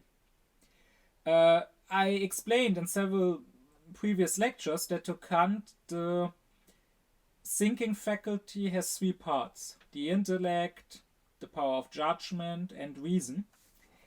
And to him the human mind, or you could say the psyche, also has three parts: the faculty of cognition, the feeling of pleasure and displeasure, and the desiring faculty. And in his three critiques he sort of examines these three faculties of our mind, and it turns out that for each of them one of our three thinking faculties is constitutive, as opposed to just being regulative. Right? So regulative would mean it just supports that faculty, it just gives certain rules, just gives a certain structure to it. But constitutive means, well, it forms a basis, a fundament. So when it comes to our actions, reason is regulative in the hypothetical imperatives, in the imperatives of skill and prudence, in the technical, practical, the instrumental imperatives, however you want to call them. Here reason is just regulative. We have ultimately essential desire, but reason regulates the way we go about it. So we don't just blindly follow the instinct, but rather we actually follow a plan, a rational plan. But this means and ends rationality is only regulative. But in moral action, reason is constitutive. It constitutes the action. doesn't just regulate how we go about it, but constitutes that we do this at all, that we want and desire this at all. Just like the other two faculties of our thinking are constitutive for the other two faculties of the mind, right? In the critique of pure reason, and I discussed this in several previous lectures, Kant shows that our intellect isn't just regulative for our understanding. It doesn't just provide concepts to understand the things we view in nature, but rather it is constitutive for nature, because through the 12 categories, so through the 12 basic concepts of our intellect, it in a way makes nature. It gives nature the basic laws which it has to follow. A concept like causality, to just take one of the 12 categories, causality is not something we find in nature and we learn about by observing nature, but rather we have this concept of causality, and only because we have it can we make experience, can we connect the individual perceptions we have of nature into forming one net, one chain of causality where one has caused the other. Likewise, when it comes to pleasure and displeasure, the power of judgment is not just regulative. It may be that when it comes to sense pleasure, to the pleasant, where I can judge, okay, this meal tastes good, this sexual practice feels hot or whatever, so I want more of that again, or where I can judge what would be the best way to get a certain pleasure. But no, when it comes to aesthetical pleasure, to the beautiful and the sublime, our power of judgment with its concept of purposiveness, of when it comes to the beautiful, finding a thing in its mere form purposive for our faculty of cognition, or when it comes to the sublime, finding something in its mere form maybe not purposive, but thereby finding that we ourselves are purposive, that we have this purpose to, in a way, subjugate all of nature to our reason and to use it for our purposes and to make it purposeful for us. That is what brings us pleasure here. That is why the power of judgment is constitutive here. Well, just like that, in this third instance, when it comes to the faculty of desiring, it turns out that reason, which when it comes to cognition is just regulative, just sort of directing the way in which we make cognitions, we make experience, just of sort of giving us a direction. Here it turns out reason can be constitutive. It can give us a law according to which we ought to act. And with that, in one sweeping instance, Kant solved a major problem of all moral philosophy, and that is the problem of duty. Because actual morality has to be about duty. I already discussed that in the lecture on the foundation of morality. That is something that is often forgotten nowadays in our relativistic age. We like to base morality just on empathy or whatever, on compassion, on wanting to help others. But the issue is, what if someone doesn't want to help others? What if someone doesn't have empathy? Just so happens that he is less sensitive. Well, you have to be able to say you are a bad person, you are evil for not helping others, you ought to help them. If there is such a thing as morality, it cannot be conceived of unless it is conceived as a moral duty. unless we are able to say this ought to be done, this is good, and this ought to not be done, this is evil, and if you do it, then you are evil, then you are guilty. But the issue usually is, where would that duty come from? Because the problem here is, as Kant would stress, duty cannot come from outside. Duty cannot be imposed on us. I mean, sure, we may talk like that in regular life. We may say someone has a duty because he has gotten certain orders. Like a soldier may have a duty because his general ordered him to do something. But that is not true duty in the moral sense. That is, if we are to call it a duty at all, it is just a relative, a conditioned duty. I mean, you don't have to be a soldier. You don't have to do this job. Someone else cannot truly obligate us, Kant says. In the end, all they can do is promise or threaten.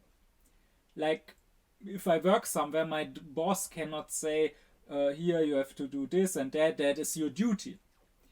He can only say, I want you to do it, I order you to do it, and well, I'm the boss here, I'm calling the shots. So if you don't do it, then I'm gonna fire you and you're not making money anymore.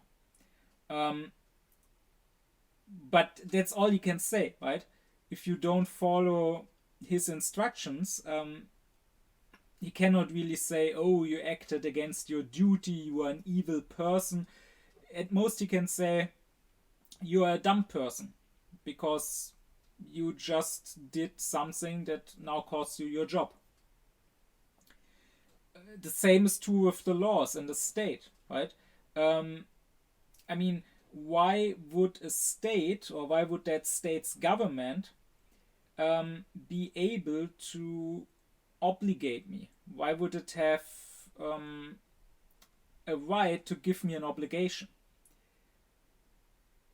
I mean, it doesn't matter whether it's a monarchy and you say, oh, the king has a right to order you around because he's the king, because his father already was the king. That still doesn't give him a right as such to give me an obligation. Or whether you are in a democracy and you say, oh, this government was elected by a majority of the people. Well, okay, fine, maybe it was. But why would the majority have the right or the ability to give me an obligation? No, in the end, no matter what form of government you have, it comes down to mere power. They are more powerful than you. So, sure, they can set laws, but if you break a law, they cannot really say, you have done evil for breaking this law we imposed on you. You acted against your obligation. All they can say, once again, is you have acted in a dumb, in a non-prudent, in a foolish manner. Because now we are more powerful than you. You are powerless against us. We are going to punish you. And this is true even when it comes to God. Many people seem to be completely unable to understand this.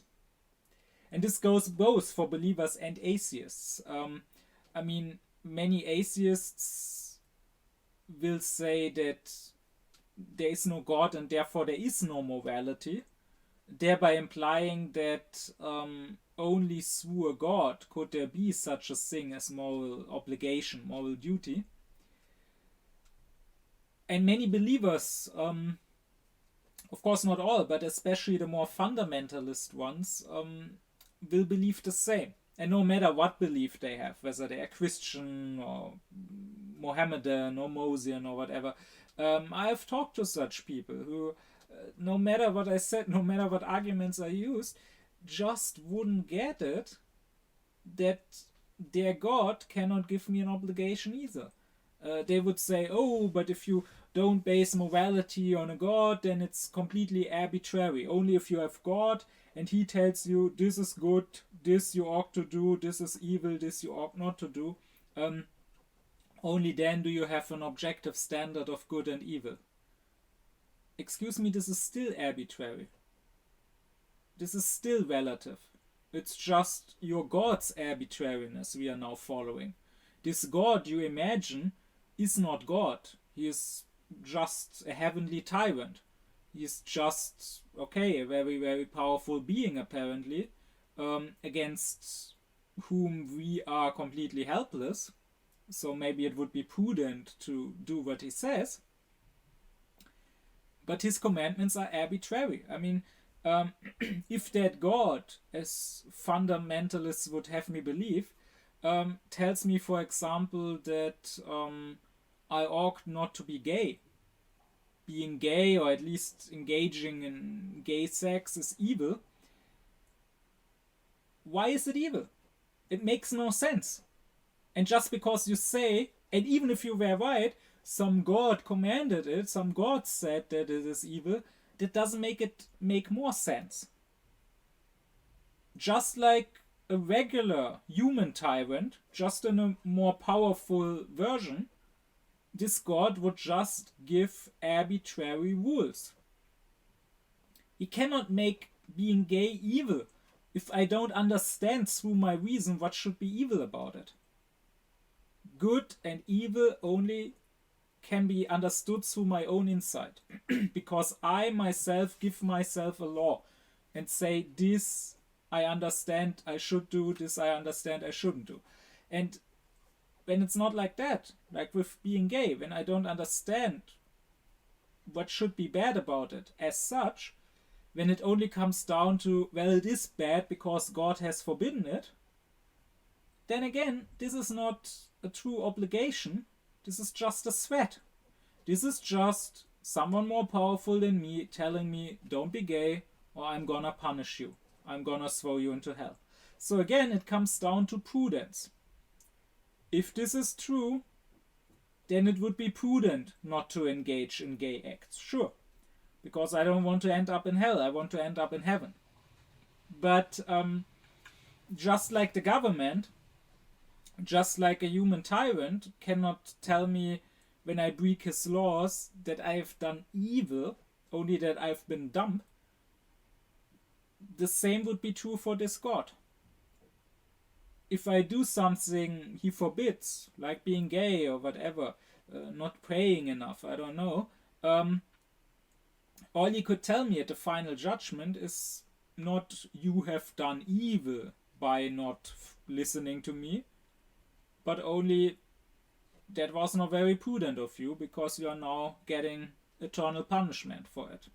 No obligation can come from the outside, not even from God. And this is precisely one reason why nowadays we have this moral relativism. Because many people would say, yes, you're right, but that just means that there is no morality. They would say in nature there is no such thing as a moral law. In nature there is no such thing as duty. Which, to be sure, is correct. In nature there isn't. But Kant would say there is not just nature. There is reason. And this reason of ours, this practical reason, elevates us above nature. It puts us outside of the sensible realm and into an intelligible realm, into a realm of reason.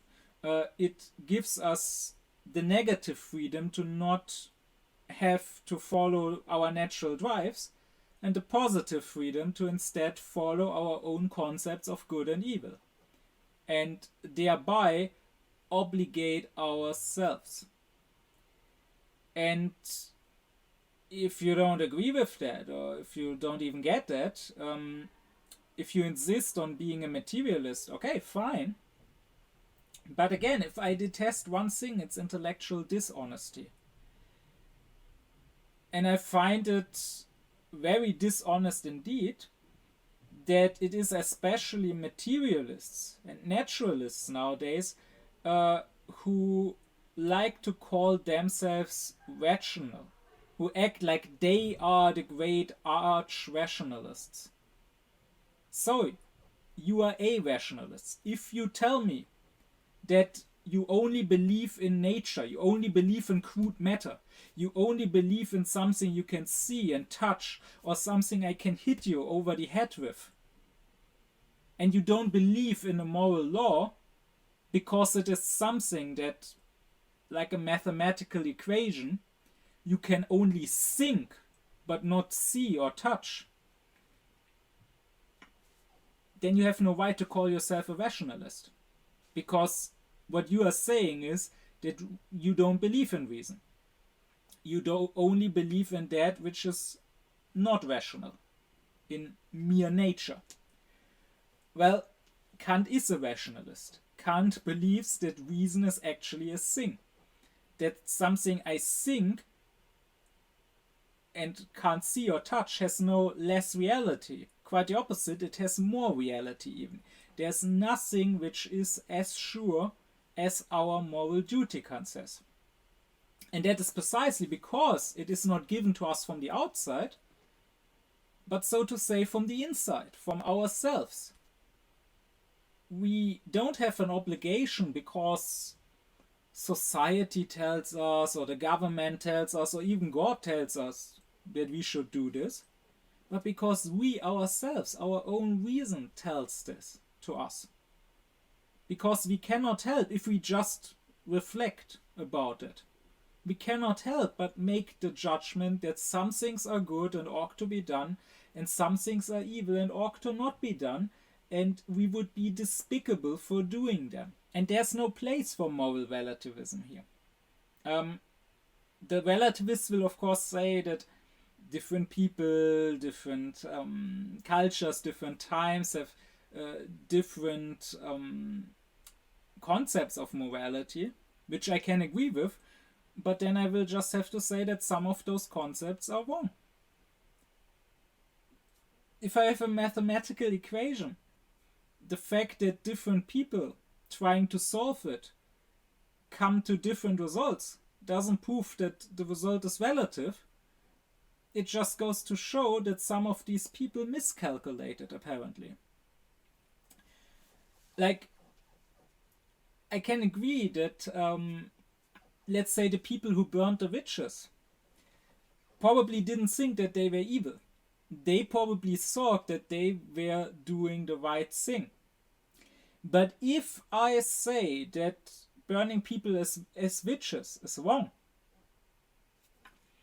then this has to mean that it is wrong, period. It's not just wrong nowadays.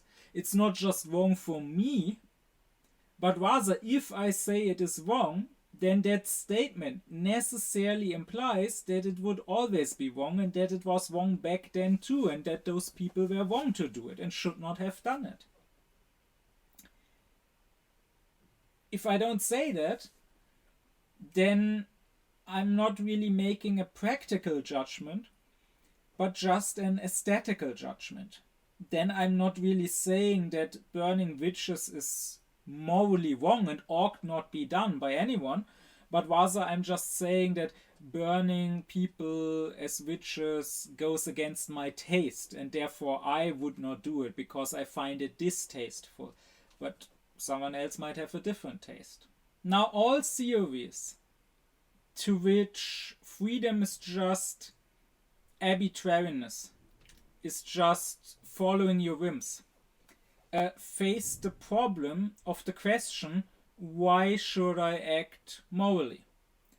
Like, what is in it for me if I act morally? Why should I not just selfishly go after whatever serves my interests, even if it harms others?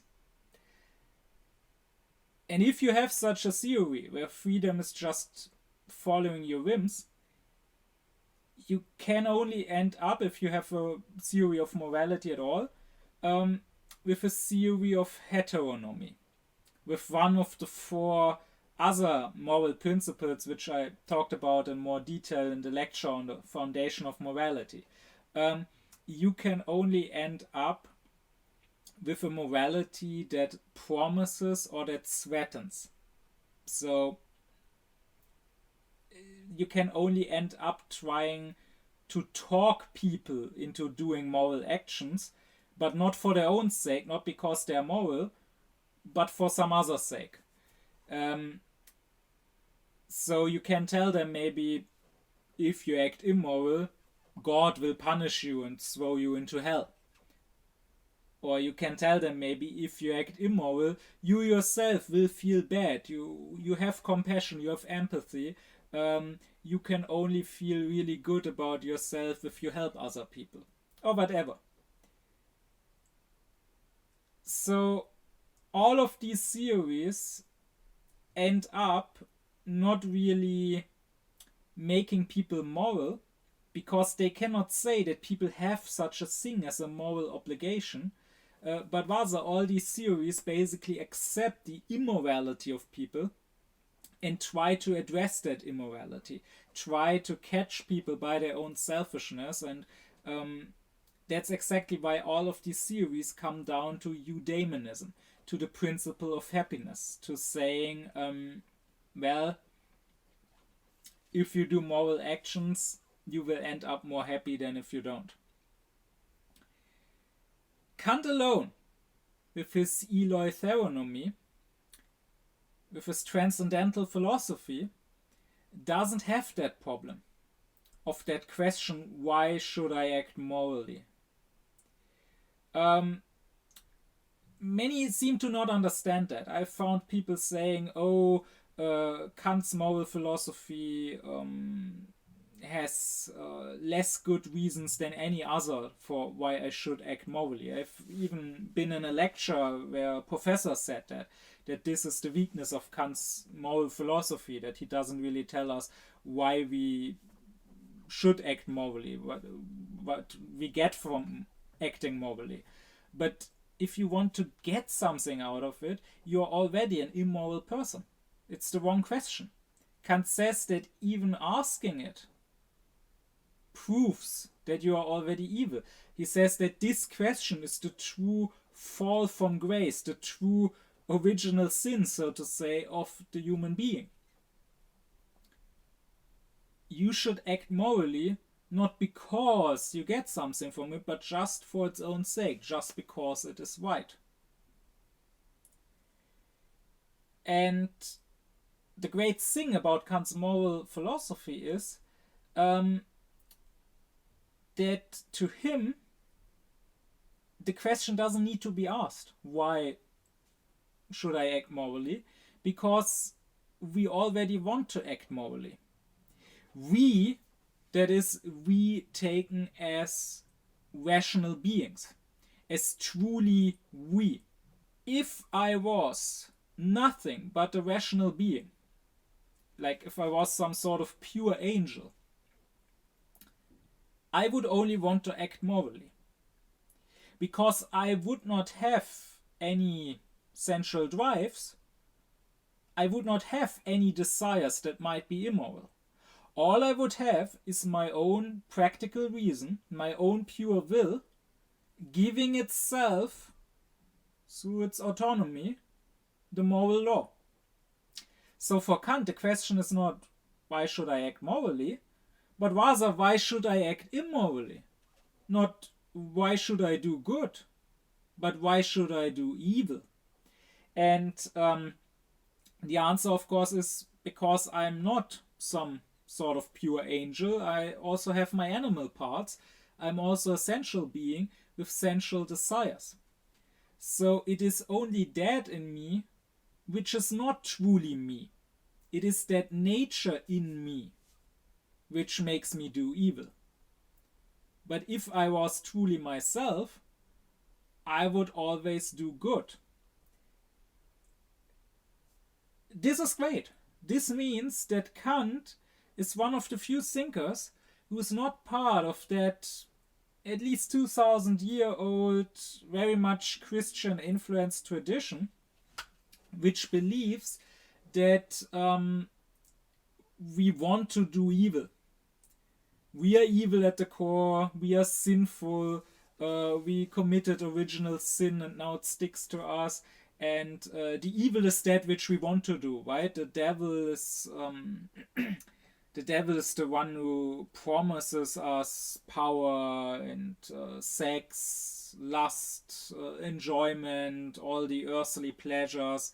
The devil is the seducer, while to be good means to deny yourself pleasures, to be an ascetic, to be the monk in the monastery, to be the hermit in the desert, to live in celibacy, to fast, to punish and whip yourself, right? This is the old Christian image. This is a very Manichaean idea of good and evil, where to be good you need to heroically abstain from that which you actually want and do something which actually you don't want. And apart from being wrong, this concept of good and evil is also very dangerous. This is what Hannah Arendt found in her discussion of the banality of evil of someone like Eichmann, because it can lead to you actually telling yourself when you are doing evil that precisely because you don't actually want to do it, because you feel bad doing it, it must be the right thing, right? That's what Eichmann did. He didn't feel good about killing all the Jews. He had some bad feelings about that, but that actually gave him some twisted sort of peace of mind, because he thought, okay, since I feel bad about it, I'm clearly not being selfish, I'm clearly not killing the Jews for egoistical reasons, but since I feel bad about it, that proves that I'm doing it because it is my duty. So it proves that I'm actually a good person, because I'm doing something which I feel bad about. Kant calls such a concept of morality a morose ethics, and he rejects it. What he says is that the evil isn't that which we truly want and we have to force ourselves to be good, but rather the good is that which we truly want, and we have to force ourselves, or we have to be forced by our sensuality, by our drives, to do evil. He says that the evil is always done with some sort of inner rejection to it, even if it's unconscious. Take as an example, imagine you live in the times of the Nazis, and there's some Jew, some fleeing Jew coming to you and asking you to hide him. Now, if I ask people, what would they do in that situation? Many people would probably answer, oh, I wouldn't have hidden that Jew. I would have been too scared that the Nazis find out and would kill me too. I would have not had the courage to help the Jews. I think many people would answer that. But if I asked them, would it have been good to hide the Jews? Like if you abstract from yourself and whether you would have had the courage or have been afraid, would it have been good? Should more people have done that? Is the person who did do that, even if it wasn't you, is that a good person? And everyone should aspire to be like him? Then they would probably answer yes, unless they are complete scum. But by answering yes, what they are saying is that my reason tells me this is good. Hiding the Jew is a good thing. Hiding the Jew is what should happen. And if their reason says that, it is what they want. I mean, it would not make sense to say, I understand through my rational thinking that this is good, and still I believe it should not be done. No, saying this is good and saying I should do this is really the same thing. So they, as rational beings, they want to do this. They want to help the Jew. The only thing that makes them act against their own insight into good and evil the only thing that makes them act against what they themselves understand should happen is their sensuality, right? Their self-preservation, their fear of being found out and killed. So it is that in them which is not them, which is their nature, which is what they have in common with any common non-thinking animals. That is why Kant says obligation, moral duty, is only a thing for a being such as we, which is a rational being, but a rational being with sensuality. A pure intellectual being. And it's often a bit unclear in Kant's writing if there are several or just one. Some people have interpreted it as meaning some sort of angels, but if you read more closely certain passages and if you think about it more, it should be clear that there can only be one pure rational being, that is God. But no matter whether one or many, a pure rational being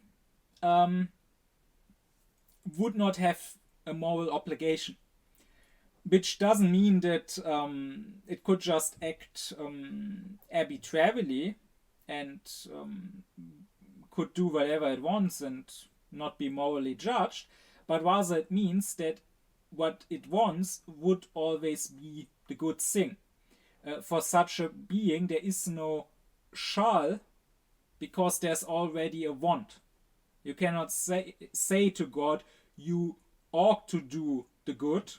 God could just reply, well, yes, I already want to do the good. I don't have to think of it as a duty because I have no inclinations to ever do something else. What Kant is saying is that morality only turns into an obligation, into a duty for us. He says that which we necessarily want as a part of the intelligible world becomes something we should want, we should do as a part of the sensual world. So that which a being which only has reason, only has the law it gives to itself, would necessarily want, because it just would not have any reasons to want anything else. For us, who do have reasons to want something else, who do have sensual drives, becomes something we don't want necessarily, but rather we tell ourselves, if we reflect about it, we should want, we should do. Nowadays, morality has turned into a dirty word that people often don't use anymore. Even those who do have some sort of moral cause often don't talk about morality, or let alone about moral obligation. They may talk about empathy or something like that. And that is because morality to people has this connotation of coming with force, of taking away their freedom. Maybe that's even more so here in Germany than in the English. In Germany we have quite a few words that are basically insults that just mean being a moral person. Like we have this word Moralapostel, so a disciple of morality, and that's a dirty word. If you call someone that, you are saying, oh, you put yourself above others and you tell others what to do, how dare you. Or we have this word Gutmensch, which literally just means a good human, but it has sort of the same meaning as in English social justice warrior has. So the Gutmenschen, they are these woke people that tell us what to do, how to talk, to be political correct, how dare they. And of course a word like social justice warrior is also, is justice a bad thing? I mean, we can talk about whether these so-called social justice warriors, whether they really are fighting for justice or whether they are misguided. But the name being used as an insult, seems to imply that justice as such is bad. And again, this is very much part of the liberal zeitgeist, and this is something that liberals of all political parties and inclinations have in common.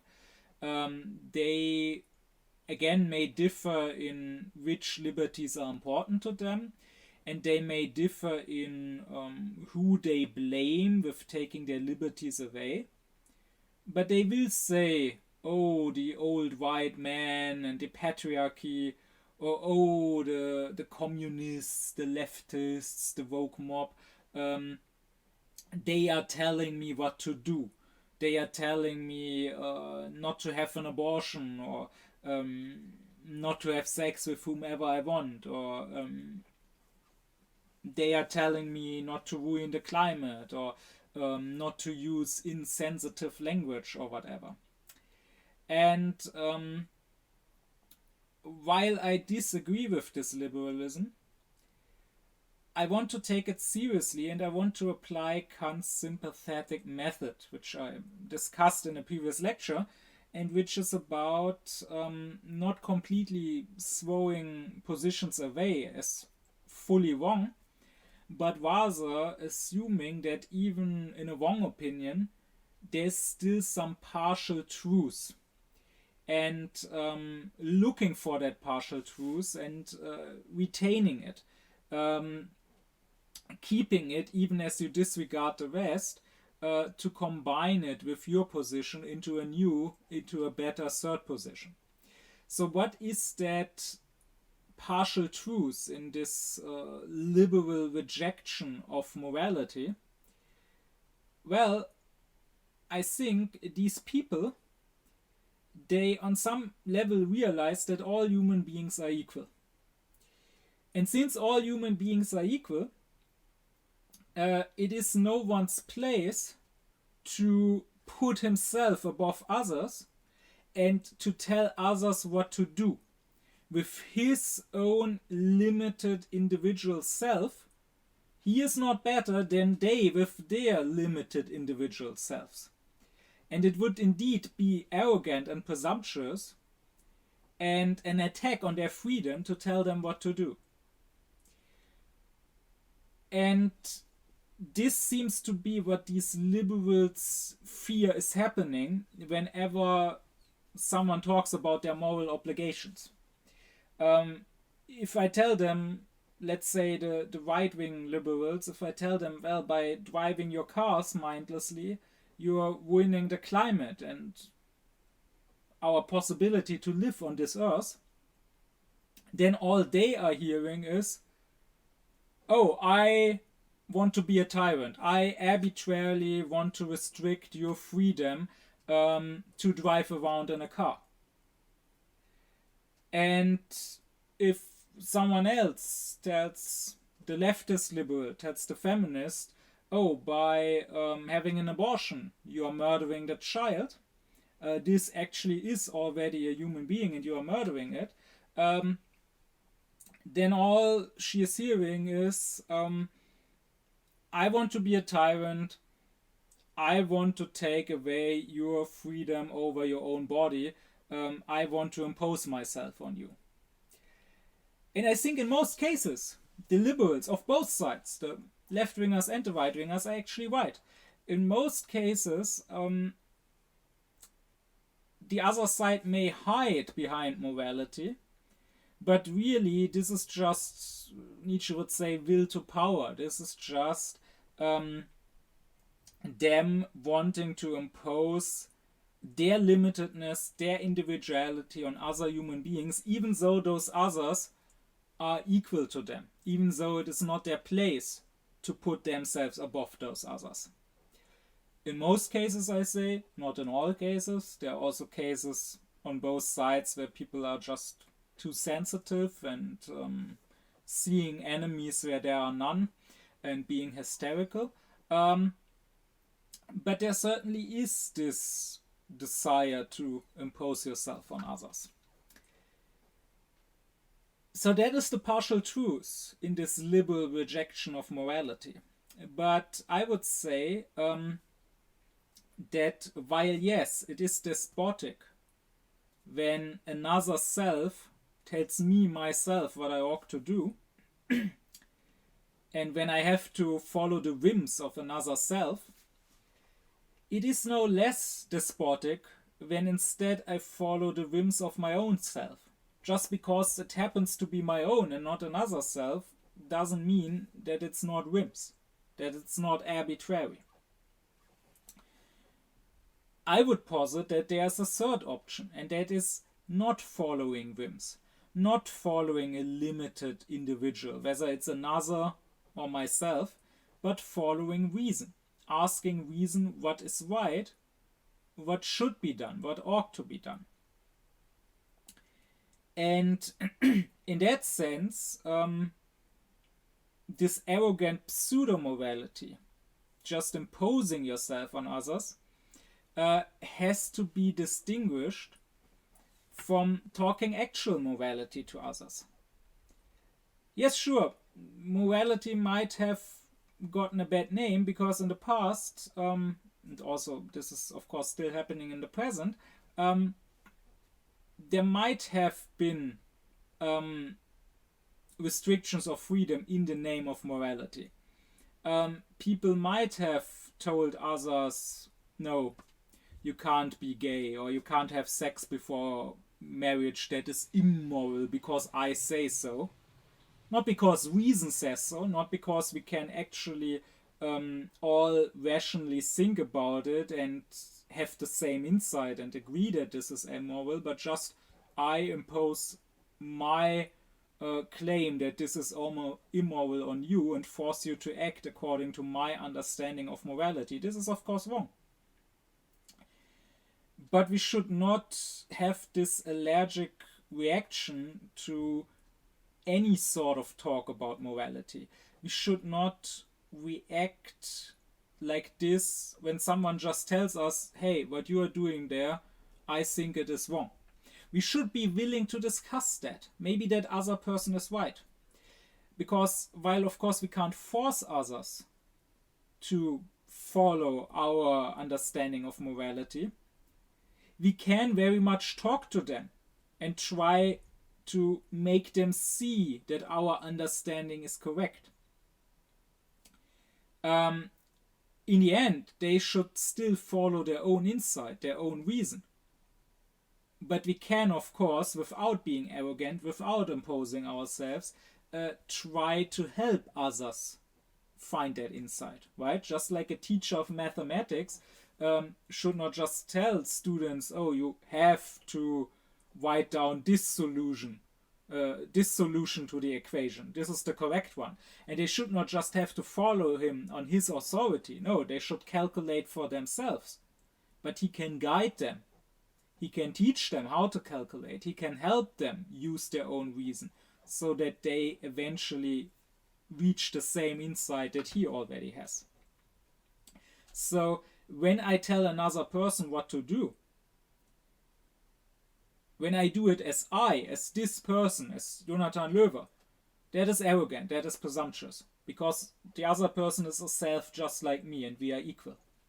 But if I put myself aside, if I don't speak as this individual self that I happen to be, but rather I speak as the voice of reason, I let reason as such speak through me,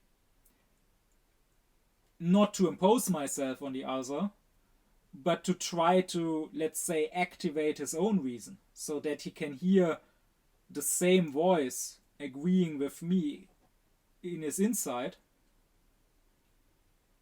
That's not imposing, that's not arrogant. That's what should happen. And as a side note, this is why I, as an Aufklärer, very much reject the morality of the current left, of the political correct people, of the woke people, or whatever you want to call them,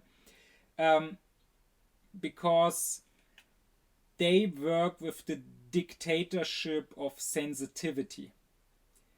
Because that's what their morality is about, right? They make demands that you act in a certain way, that you talk in a certain way. They tell you, oh, you must use the pronouns that a person has chosen, even if those are not even real pronouns, even if the person just made up new words, you have to respect that and use that person's pronouns.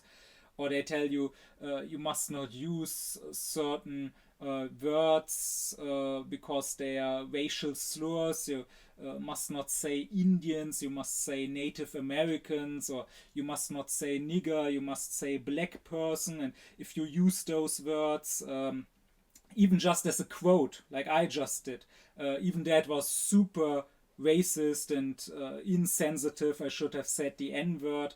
I know that especially in America, people are super sensitive about that, but excuse me, we are adults. Like, we don't have to behave like in a kindergarten where you censor bad words, where you say F word instead of fuck.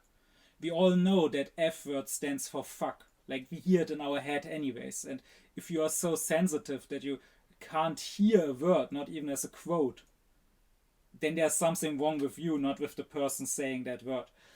We should focus once again on a person's inner posture, on whether that person is actually racist or not, if that person actually has regard for people of a different skin color or whatever or not, and not on something stupid like a word. We should not be afraid of words. This is not Harry Potter where you can't say Voldemort's name. But my point is that they make these demands, they make this allegedly moral rules. But if you ask, okay, why? Why should I speak like that? Why should I act like that? Why are these words evil? Explain it to me. Even if it is an honest, innocent question, not a loaded question, not you saying, oh, you guys are completely wrong, but if you are neutral and honestly want to understand it, you're not allowed to ask that question. As a white, straight man, you just have to obey. You don't have to ask questions. All you will get as an answer to that question is, you don't know what it feels like to be black and hear the N-word. You don't know what it feels like to be trans and be misgendered or whatever. Which of course Kant would have agreed with that, because to him a feeling is something subjective. So yeah, I don't know how another person feels like. As a white person, I don't know what a black person feels like. I mean, to be sure, black persons, they are also not a hive mind. I mean, one black person also doesn't know what another black person feels. But that aside, okay, I don't know what you feel. But if that's the case, that exactly means I have no moral obligation here. Because my obligation rests on my rational insight. It rests on my reason, understanding this is good, this ought to be done, this is evil, this ought not to be done. Now you are telling me that I cannot understand this. That it is based on a feeling which I cannot possibly have. Well, then I'm not evil for speaking the way you don't want me to speak. I'm only guilty if I do an action despite understanding that it is wrong. If I cannot possibly understand that it is wrong, I cannot be judged for doing it. What these people are telling me is that I ought not to understand, that I have no right to demand understanding, that I have no right to my own autonomy, to follow my own moral law, but rather I should submit to heteronomy. I should submit to what others tell me. I should not be aufgeklärt, I should not think for myself. I should let others think for me, or rather feel for me. And that I will always reject. And I would claim that it is only people who, at least unconsciously, sense that they could not rationally prove their point and their moral demands because they are not rational. It is only such people who violently reject to the mere question why they demand this, why this should be right. It doesn't matter whether it's these political correct leftists who tell you no, as a white person you cannot question this, even questioning it is racist, you just have to submit. Or whether it's fundamentalists who tell you no, you cannot question what is supposed to be bad about being gay, you just have to submit to God's demands. If they had a rational explanation and proof, they would give it. They would not react so violently against being asked for one. So this leads me to the suspicion that Nietzsche is quite right when he says that this sort of slave morality, which is what these leftists, what they follow, that this sort of slave morality is not about morality at all. It is not about being good, but rather it is a very insidious method of those who have been slaves, who have been subjugated, to get on top. It is their will to power. It is them trying to, by giving others a bad conscience, impose themselves on them. But I don't want to make this a Nietzsche lecture. That is for some other time. This is a Kant lecture, and I think that especially in our day and age, especially in the face of the ecological crisis and the climate emergency, Kant's concept of freedom as being basically identical with morality, Kant's concept of morality as not being something we are forced into even though we don't want it, something that is imposed on us by some outside tyrannical force, so we have to be liberal and rebel against that imposing force, but rather morality being our true will. To actually do go back to Nietzsche once more quickly, the motto of Nietzsche's philosophy is become who you are. Nietzsche would say most people, they don't really have an I yet. They don't have a true self. They have never asked, who am I? Who do I want to be? Who do I want to become? Well, I think especially nowadays, Kant's philosophy of freedom and of morality is very important.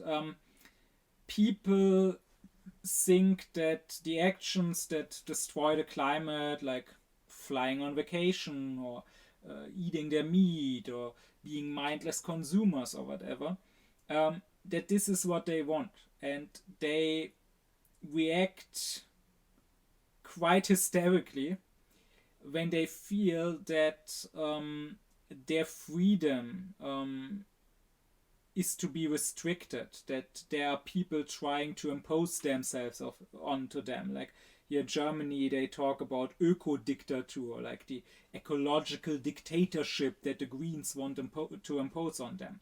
And I think this has a lot to do with the way people are being raised in our society. Because let's face it, children, with very, very few exceptions, like I was a lucky exception with my great dad, but regular children, even in the most modern liberal households, grow up basically under a despotic regime. They are constantly told what to do, what not to do, and those rules are arbitrary. They are not rational rules. Like, it's not that kids are just told don't run onto the street where you get run over by cars, but no, kids are told no, you already had a piece of chocolate today, you don't get any more sweets, or no, you just get half an hour of PlayStation per day, after that you have to go outside and play outside or whatever. Or as I mentioned in another recent lecture, a mother I saw at the store fighting with her little daughter who had picked up a stone from the street, and it's just a stone. Let the girl have the stone if she wants the stone. Why is it your business?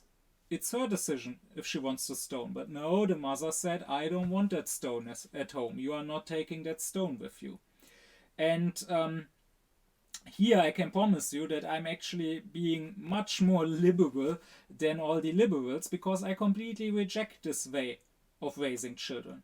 I think it is arrogant and it is a disregard for humanity. Parents, just because they are older and more powerful and maybe smarter than children, they should not abuse that advantage they have to be tyrants and despots at home. They have no right.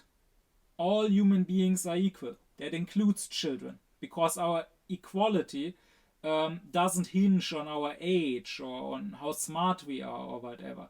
Our equality comes from our inner humanity, and no human has the right to impose himself on other human beings. Again, with his limited self. It would be different if he shed that self and rose to just being a voice and avatar of reason, not imposing arbitrary rules, but just setting the laws that reason itself sets. Again, if you tell your child, don't run on the street, don't get run over by cars, that's different. But these arbitrary, dictatorial rules, that's the issue. And that, of course, raises people to resent being told what to do, because they associate it only with tyranny, with despotism, with arbitrary rules. And they are glad once they turn 18 and become free in the liberal sense. So once they are freed from the despotism of their parents and only have their own despotism, the despotism of their own drives left, and now they associate the state, the government, with the big daddy. They are, so to say, traumatized from their childhood, and when they feel the state wants to take some freedom away, that sort of reactivates that childhood trauma, so to say. This is why it's important to make people understand that saving, for example, the environment is not about taking away their freedom. Rather, it should be about them gaining freedom. Because they aren't free by eating meat or by flying. They would be free if they started being rational beings. If they started not mindlessly and uncritically following their drives. Or let's face it, not even their natural drives, just their habits, just their society's norms, just what they have been raised with and got used to. But if they started questioning each of their actions, if they started asking, is this good? Should this happen or not? If they started following their own insight. But of course, I also want to be clear that here we reach a problem that all Aufklärung faces, and that is that people don't actually want to be free. Especially if they talk about it all the time, like the liberals do. It's not enough to just tell people, no, this is not taking away your freedom, this will make you more free, because actually they don't want this, actually they fear freedom. What they want usually is just fulfilling their desires, but they don't want to be free of them. They even say so openly. I mean, I have heard many people say, oh no, I could never let go of meat. Or, oh no, I have to fly on vacation once or twice a year, or else I would go crazy. Now, to be clear, we could have an open discussion whether you have to be a vegetarian or whether you have to stop flying. But that's not the point here. They are not saying, I thought about eating meat, I thought about vegetarianism, and I came to the conclusion that eating meat is okay, that it is a good thing. What they are often saying is, I could not let go of meat. Likewise, they are not saying, I came to the conclusion that flying is okay and good. They are saying, I have to fly on vacation or else I would go crazy without my vacation. And I'm sorry, but this is pathetic. And this just proves, if you talk like that you have no self-regard. That you have no dignity as a human being. I mean, if that was the case, if I could not let go of, let's say, meat or something else, even if that was the case, I would be embarrassed to admit it. Because what you're saying here is that you're an addict. What you're saying here is that you are an animal, that you are a slave of your drives. I would not be particularly proud of that. I would be ashamed to admit such a thing. We should want to be free. We should want to be independent of our drives. Even the ones we do indulge in. Because we say, they are good, it's okay to have them. We don't have to let go of them. Still, we should want to be able to let go of them, if we wanted to. Kant says as much. Kant says, I should, if I have dignity, if I have self-reverence, I should want to be able to let go of anything. Be it my favorite hobby, or my favorite food, or my favorite person, like my beloved wife or my best friend. Doesn't matter. I should want to be able to live without them. Now, get me right here. I'm not saying I should want to live without them. I should want to be able to live without them. I mean, of course, if I have a beloved wife, I want to spend my life with that woman. I don't want to live without her. That's fine. But maybe tomorrow she gets run over by a car. Or she gets cancer and dies from cancer, whatever. Of course, I don't want that to happen. Of course, that would be terrible. But it could happen. And if it happens, I don't want to be so dependent on her that it completely ruins my life forever. I want to not become depressed because of that. I don't want to eventually commit suicide because I can't live without her. I want to be able to move on. Likewise, a less extreme example. Maybe I have some favorite food. I don't want to stop eating it. But maybe for some time they won't have it at the store. Maybe there will be some harvest problems, maybe some bug infested all the fields of this vegetable, and now this year I can't eat it. I won't be happy about that, but I want to not be so dependent on this one food, no matter what it is, that I can't still enjoy my life and still enjoy my meals without it. That's what Kant is saying. Not that we have to want letting go of everything, but we should want, it's a matter of our own human dignity and freedom, we should want to be able to let go of everything. I mean, it's one thing if you are a little child and you are dependent on your favorite plushie and you can't fall asleep without that plushie. In a child, that's okay, that can be excused. But I'm sorry, at some point you have to grow up and be an adult. And I'm not saying that as an adult you have to become completely heartless. I'm not saying that you have to throw away your former favorite plushie. You can still keep it and have some sentimental attachment to it. And you can still be somewhat sad if somehow it gets lost. But if you are an adult, you should be able to sleep without it, and you should be able to move on even if it gets lost. You shouldn't, like the child, cry and be unable to fall asleep because you lost your plushie. That's just unworthy and undignified of a human being.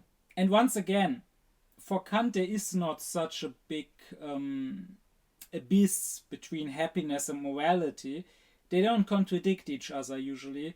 quite the opposite. Usually they go hand in hand, because what I'm saying here about freedom doesn't even go just for morality, it also goes for pragmatism, right?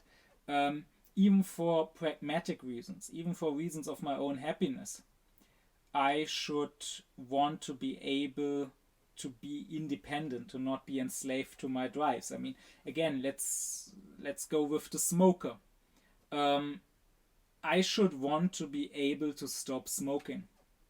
Not even because I understand that it's morally wrong, but in this case just because I understand that it's pragmatically wrong, that it's bad for my health. Why would I want to depend on anything? Why would I want chains, even if they are golden chains? So, with that, I hope to have shown and explained how to Kant rationality, freedom, morality are really one and the same thing and go hand in hand. Before I close off this long lecture, I want to address one more point, and that is that with that, Kant has also laid the foundation for moral universalism. Because other moral principles have these issues that you can't really prove that their morality that they posit is an obligation for everyone. I mean, I already addressed that they can't really prove a moral obligation at all. All they can show at best is that it would be prudent, that it would bring you happiness or prevent unhappiness to follow their principle. But that aside, let's pretend even that they could show that you have a moral duty to act in a certain manner. What they couldn't show is that every rational being has that same duty. Again, you can go back to my lecture on the foundation of morality and to the four moral principles, the four possible principles that Kant discusses, and you can go with any of them. It's always the same issue. Let's say you are going with inner empiricism. So you are basing morality on a feeling that you have inside. Let's say you base it on compassion. Then this morality only holds true for those who have that feeling. Let's say it's for all human beings, okay. But what happens when you have a rational being which doesn't feel? Like, let's say we create a true AI. Let's say some computer, some robot develops consciousness, and now he starts going on a quest to eradicate humankind.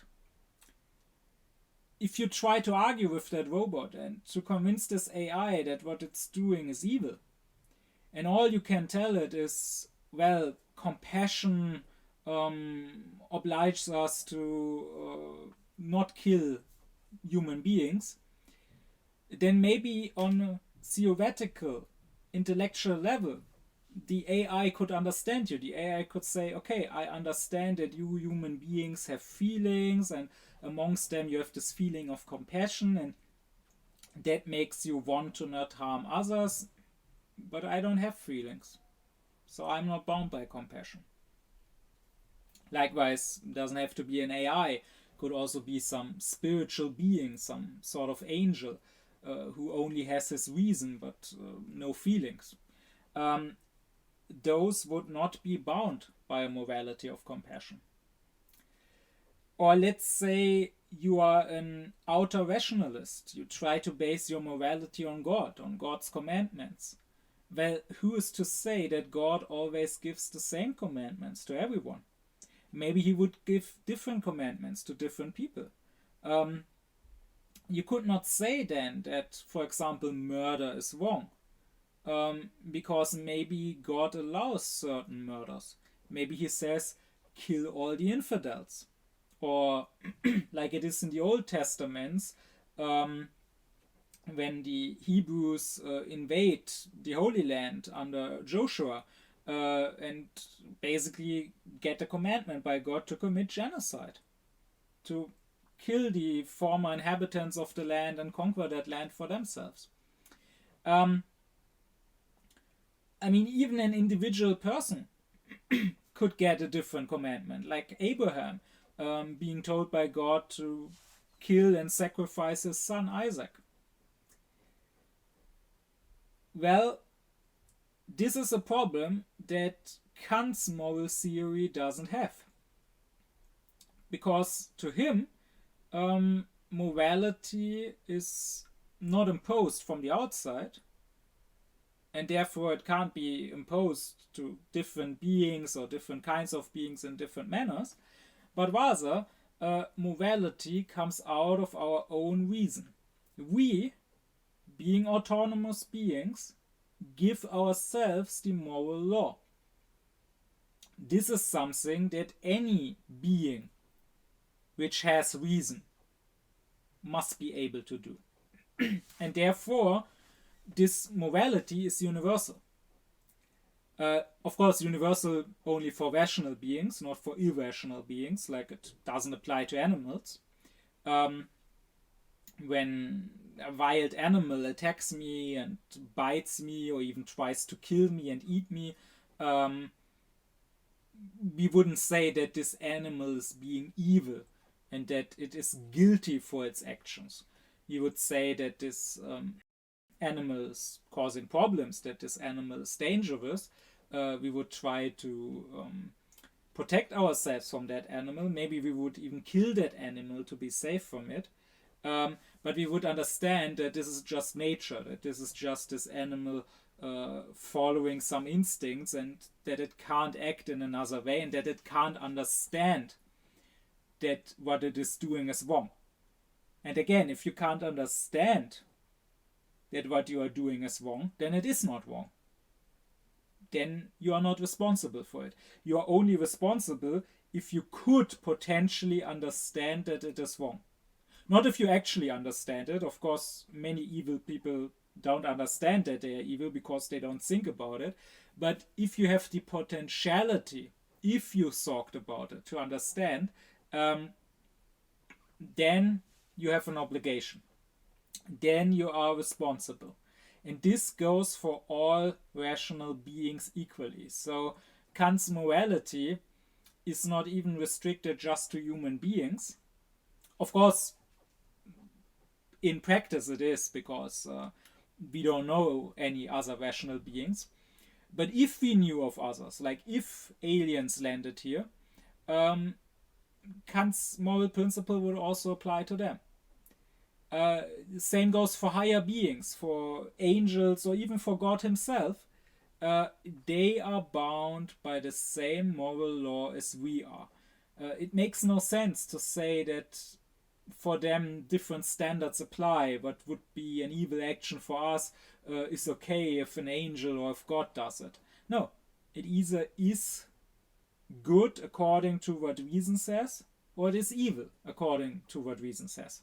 As an aside, there does exist this popular trope in certain works of science fiction or fantasy to present beings which allegedly have some sort of intellect, some sort of reason, but a different one than we have. Some sort of higher alien races, or demons, or monsters, or dark eldritch gods.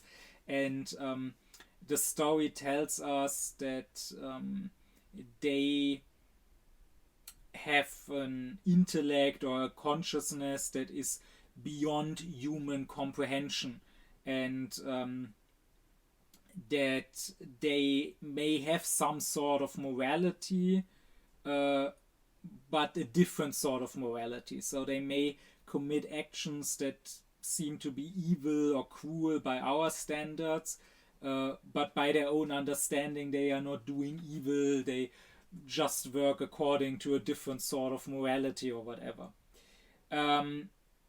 And nowadays we even have some clowns that cannot tell science fiction from reality, and that believe that this will become real. We have these transhumanists who believe that soon there will be a super AI that has actual consciousness, and there will be singularity and the omega point reached, and however else they may call this stuff. And some of them say that this supercomputer we are going to build will have a consciousness and a way of thinking and moral standards that are beyond human comprehension. And I'm sorry, this is a nice phrase. If you are writing a story, it sounds good. And I mean, when you are writing a story, you can really just pretend. You can just make empty claims. I mean, I can also write a story and say, oh, in my fantasy world there are 4-angled triangles. Like, no one stops me from writing that, but it doesn't become something that makes sense just because I can write it down.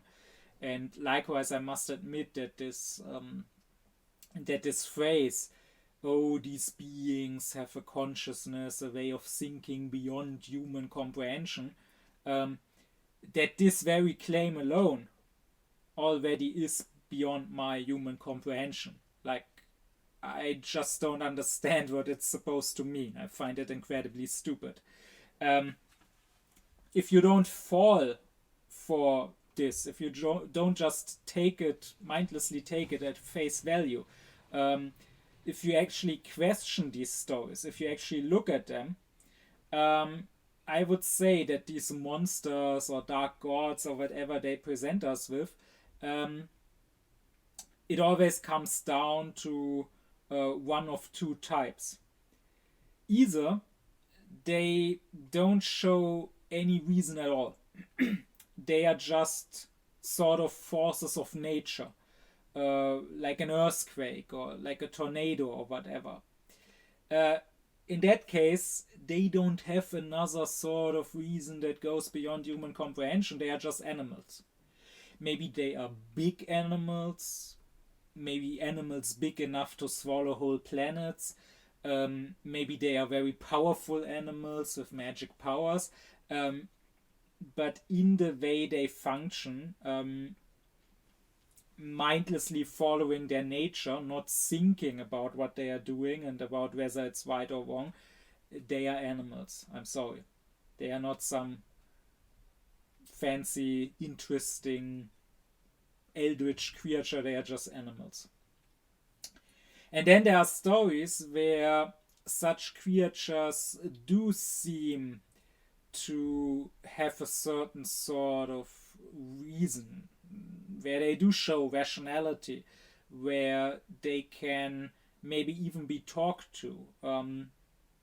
Usually they will then use their rationality to manipulate human beings, or to torture their minds, or to trick them or whatever, or to taunt them even. But they can be talked to, and they can be reasoned with to some degree. But well, if that's the case, then I'm sorry, they don't have another sort of rationality that is beyond human comprehension. They clearly have plain old rationality, and if they don't use it to ask which actions would be morally good, which actions would be their duty, and which they shouldn't do, then they are responsible for that, then they are guilty, then they are evil, then they can be judged according to our moral standards. If they have a reason like ours that allows them to talk to us on some level, to understand us on some level, then it would also potentially allow them to understand that what they are doing is evil. And that is why, even before I got deeper into Kant, I always had some sort of, let's say, instinctive reservations about such stories and the claims they make about these monsters or whatever they present. It seems to me that they mostly attract rationalists. I mean, think of something like the Cthulhu mythos. I think it's no coincidence that Lovecraft, who invented it, was a life-rejecting nihilist. It seems to me that maybe people like this concept of beings that go beyond human comprehension because they actually like the thought that there is no such thing as reason, because they are irrationalists and they want to be told that their reason is just something relative, that it doesn't apply to everything. As a more aufklärt person, I think if you are into stories with, I don't know, demons or dark gods, especially evil, especially mighty creatures, I'm not saying those can't appear in a story, but I think as a more aufklärt person you would maybe be more attracted to demons such as they are presented in Berserk. Or in my own fantasy novel I'm working on, The Bard's Song.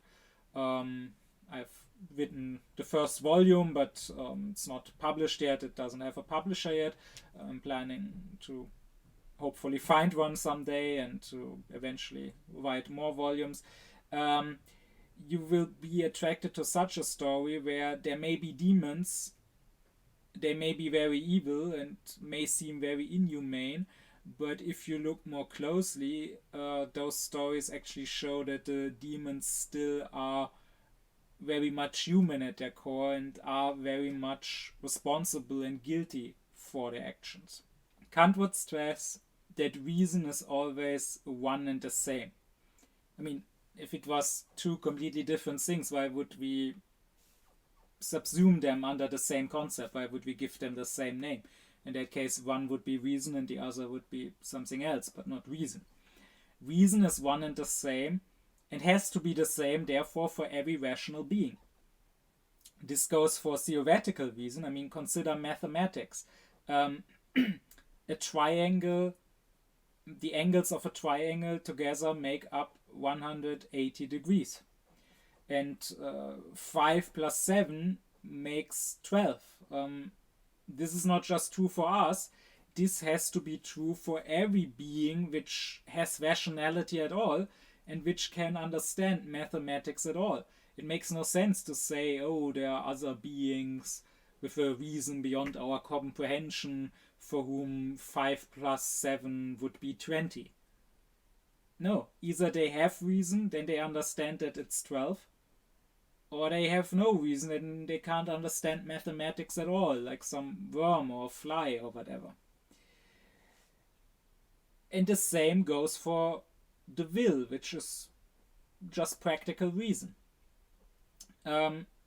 It can only give itself one and the same law in all rational beings, and that is one and the same moral law, by which we all are bound. And again, only insofar as we are not just rational beings, only insofar as we can also be irrational, as we also have sensual drives, can we ever be made to not follow that law. If we were only rational, we would necessarily follow it. Because as Kant likes to say, no power can ever contradict itself. Like if you consider a stone, as long as there's just the power of gravitation, the stone will lie on the ground and it won't move up into the air. And likewise, if you throw the stone, and as long as there was just your throw, if there was no such thing as gravitation, then the stone would fly on and on and on in the direction you have thrown it. Only because there are these two opposing powers, the gravitation pulling the stone down, your throw, throwing it up in the air, only because of that will the stone fly for a time, will fly in a sort of bow, and come down to the ground again. Because the powers are sort of working against each other. And the same is true for practical reason, for the will. If there was only the will, we would be good. Not because someone forces us to be good against our will, but quite the opposite, because we could not act against our own will. We could only act in one manner because we only have that one will. Only because we have the will, but also sensuality, is it possible that we can act against our own will, that we can act against the moral law. This, by the way, is also the reason why, to Kant, it is clear that God, being a pure rational being, must be good. And God cannot possibly be evil or do evil.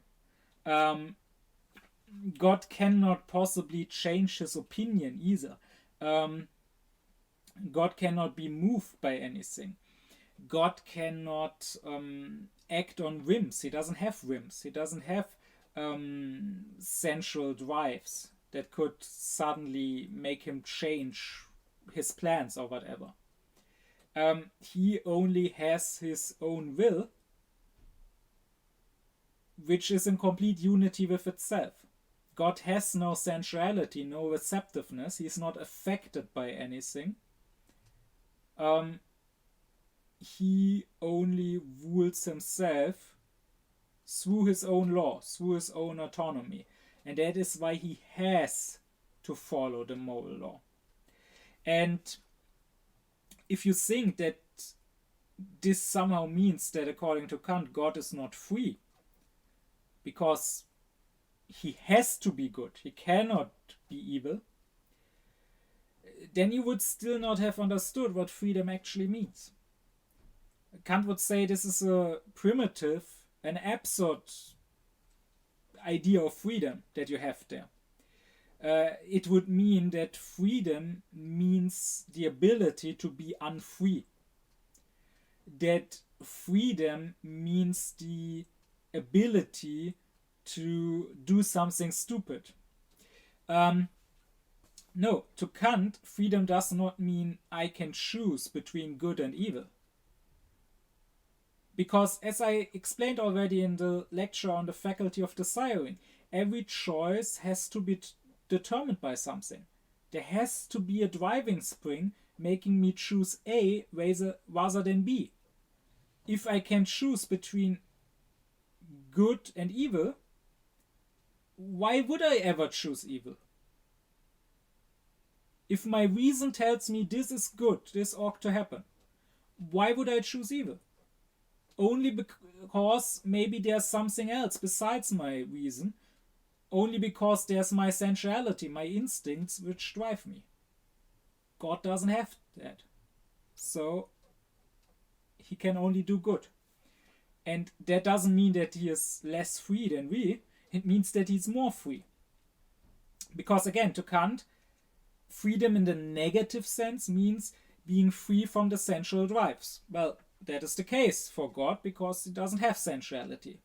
And freedom in the positive sense means being autonomous. Following not another law that nature imposes on you, but following your own law. That too is the case in the case of God.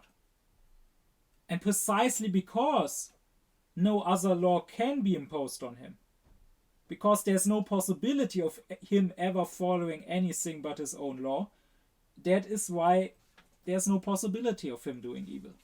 So yes, God cannot choose between good and evil. God has to be good, but that doesn't mean he's not free. That means he is free, because he has to be good, not because some outer force forces him to be.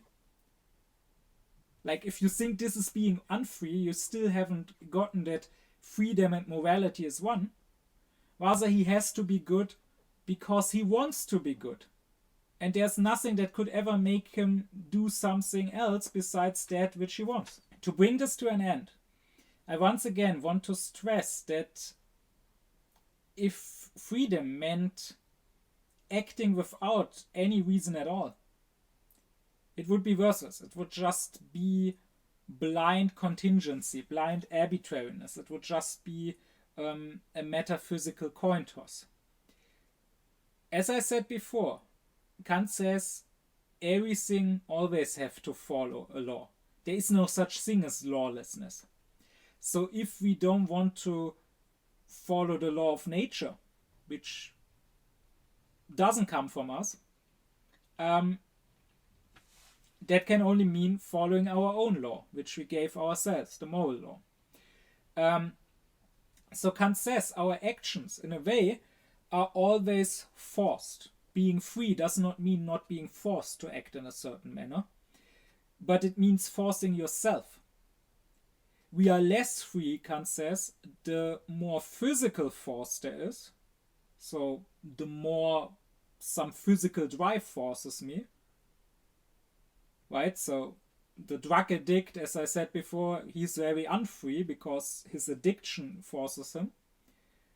And we are more free the more moral force there is. So the more we force ourselves to act in a certain manner because we understood that it is the right thing to do. And the common person who has not studied philosophy may of course be forgiven for having a naive concept of freedom. But what I don't forgive is that even many so-called philosophers, that many teachers and professors, many people who ought to know better, still have this naive concept of freedom. There is this phenomenon, which I admit I never quite got, but it's still a thing, of people knowing one thing in the abstract, being able to talk about it, but then as soon as they enter life, as soon as they, so to say, step down from giving a lecture, it's as if they have completely forgotten everything they know and just become normal people like everyone else. Let me tell an anecdote from my dad's days of studying. There was, at his university, there was some guy who already had a PhD in philosophology, and who was not the worst or the least knowledgeable there. Quite the opposite. He was an expert on Hegel, but of course also knew about Kant. And at some point, my dad was in some bar or something with that guy and with others, and a discussion about freedom arose, and some girl, some student denied that we have free will. And this guy, this doctor of philosophy, insisted that there is free will, and to prove it, he wanted to crush his glass of wine in his hand and thereby hurt himself.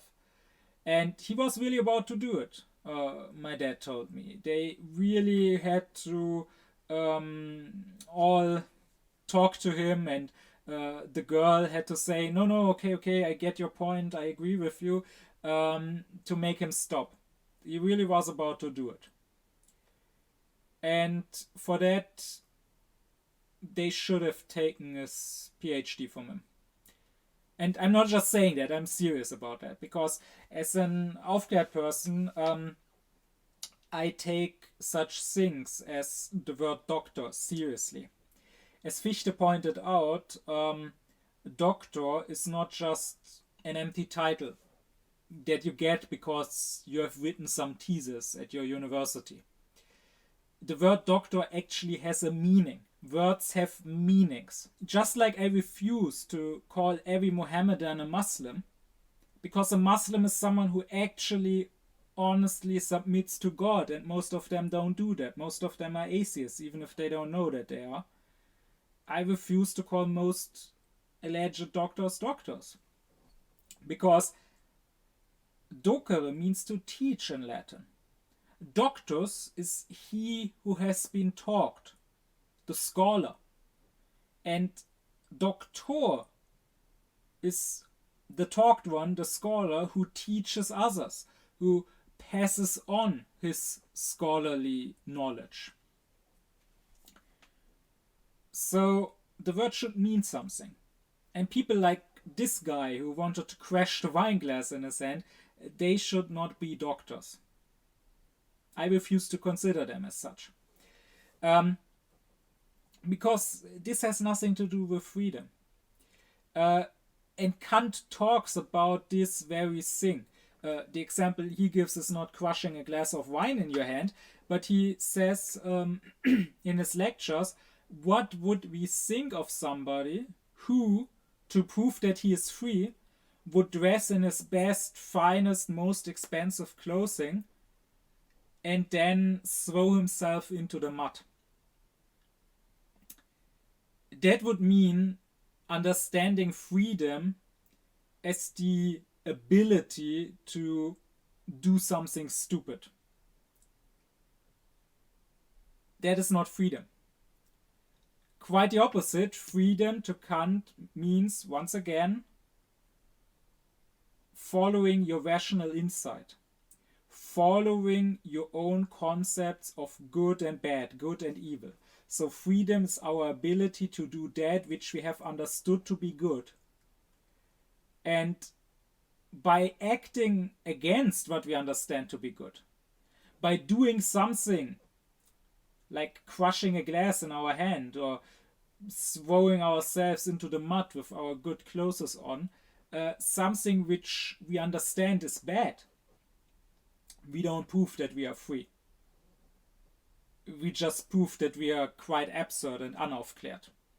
No, once again, freedom is one with rationality, and rationality is one with morality. You are free if you do that which you understand to be good, and that which you understand to be good, if you give yourself a law according to which you should act, is your moral duty. My deep thanks be to my supporters: Thomas Deuringer, Gernot Klaufen, Benjamin Lehning, Oblomov, Ökobong, Samet Özkilic, Elif Özün, Yasin Özün, Alexander Reuter, Lisa Rinner, Ron Suhl, as well as to all others who support me and my aufkläring cause.